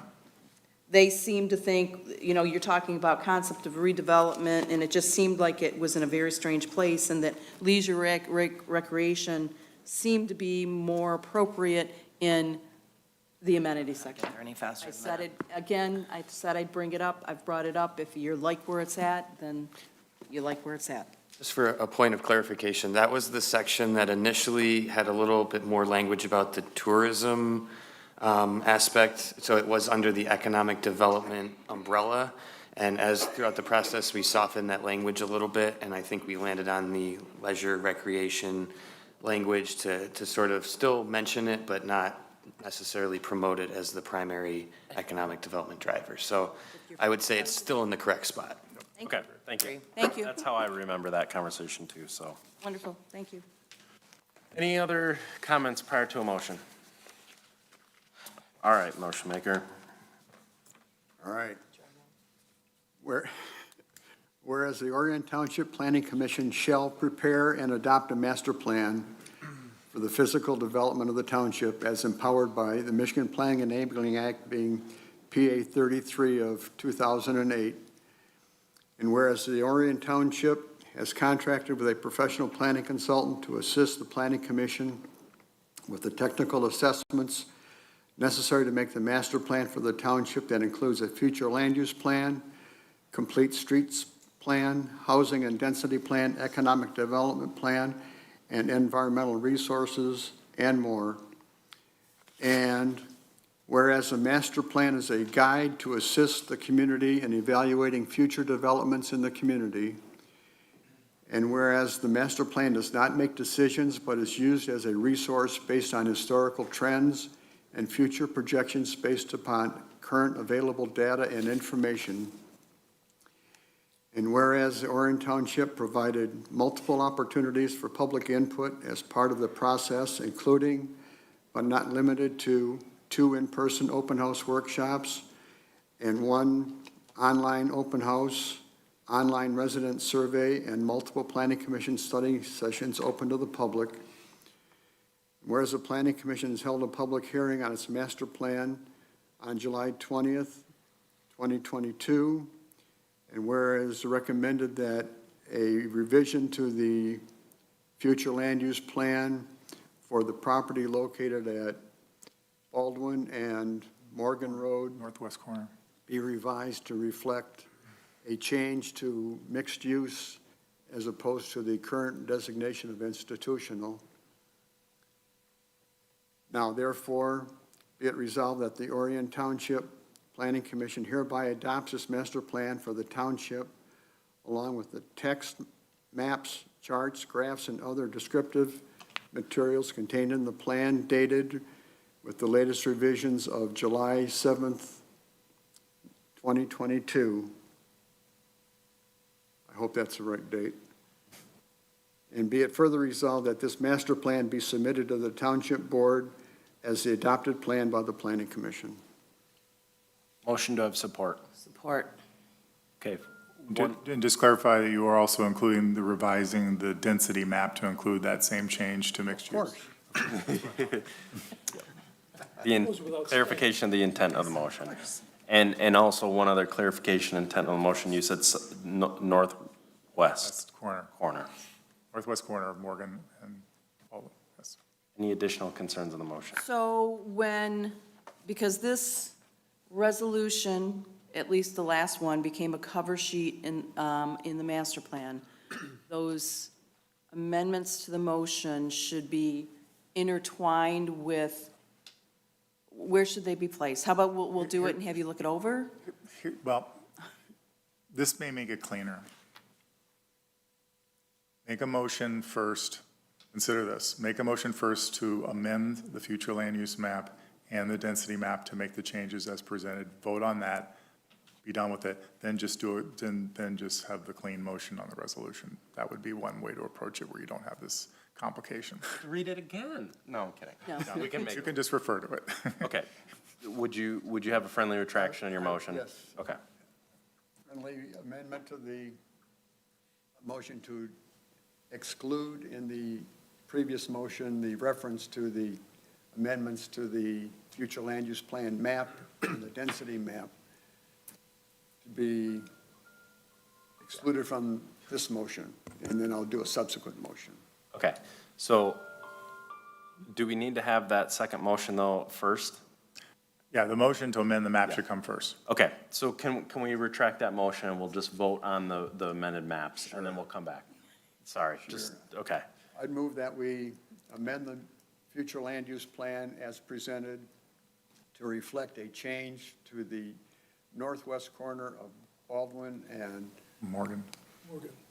Morgan Road from institutional to mixed use on the master plan map and on the density map, that it reflect a mixed use density. Support. Further discussion on the motion? Seeing none, roll call vote.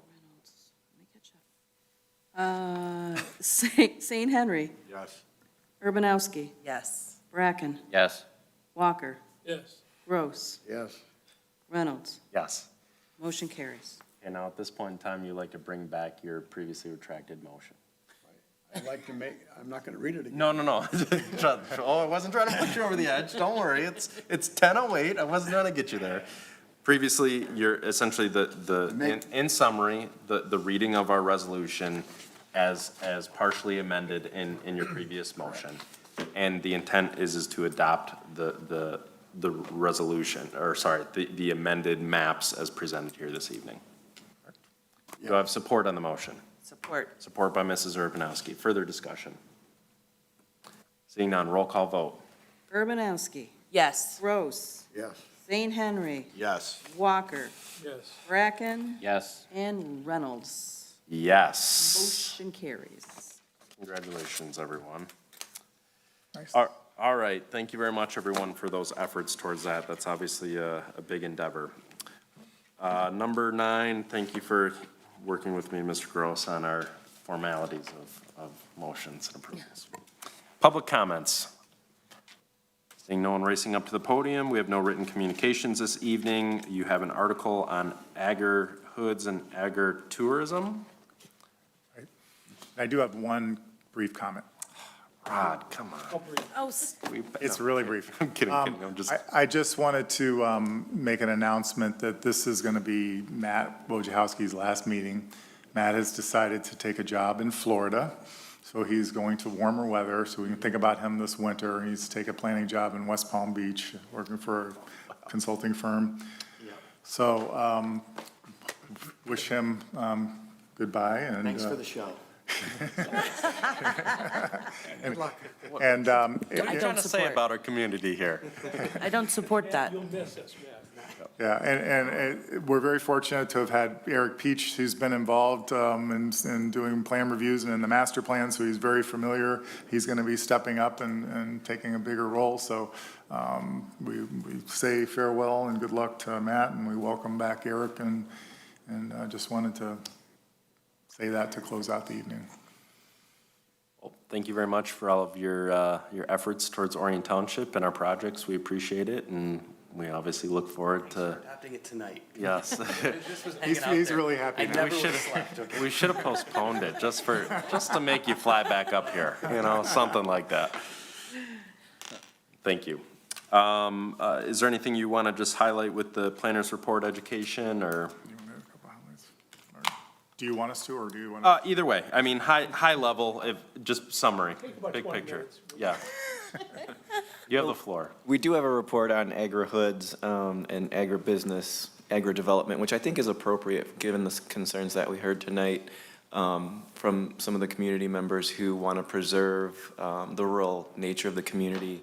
And so with agri-hoods, that is a mechanism that can be looked at as a sustainability practice within communities. So I think it's kind of an appropriate bridge to those types of concerns that we heard tonight.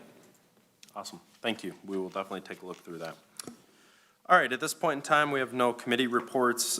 We have a couple of future public hearings on our August 3rd meeting at 7:05. We have PC case 22-28, GM Orion BET2, special land use request for public hearing to expand an automotive manufacturing facility located at 4555 Giddings Road, parcel 0934-200-006 and 0934-400-011.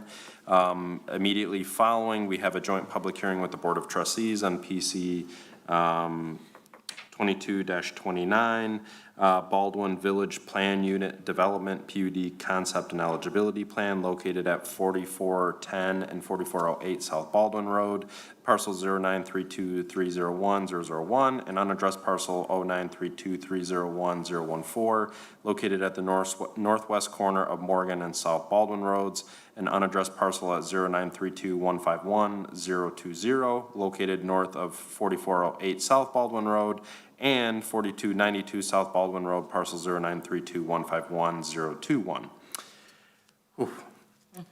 With that said, I have no comments this evening. Mr. Bracken.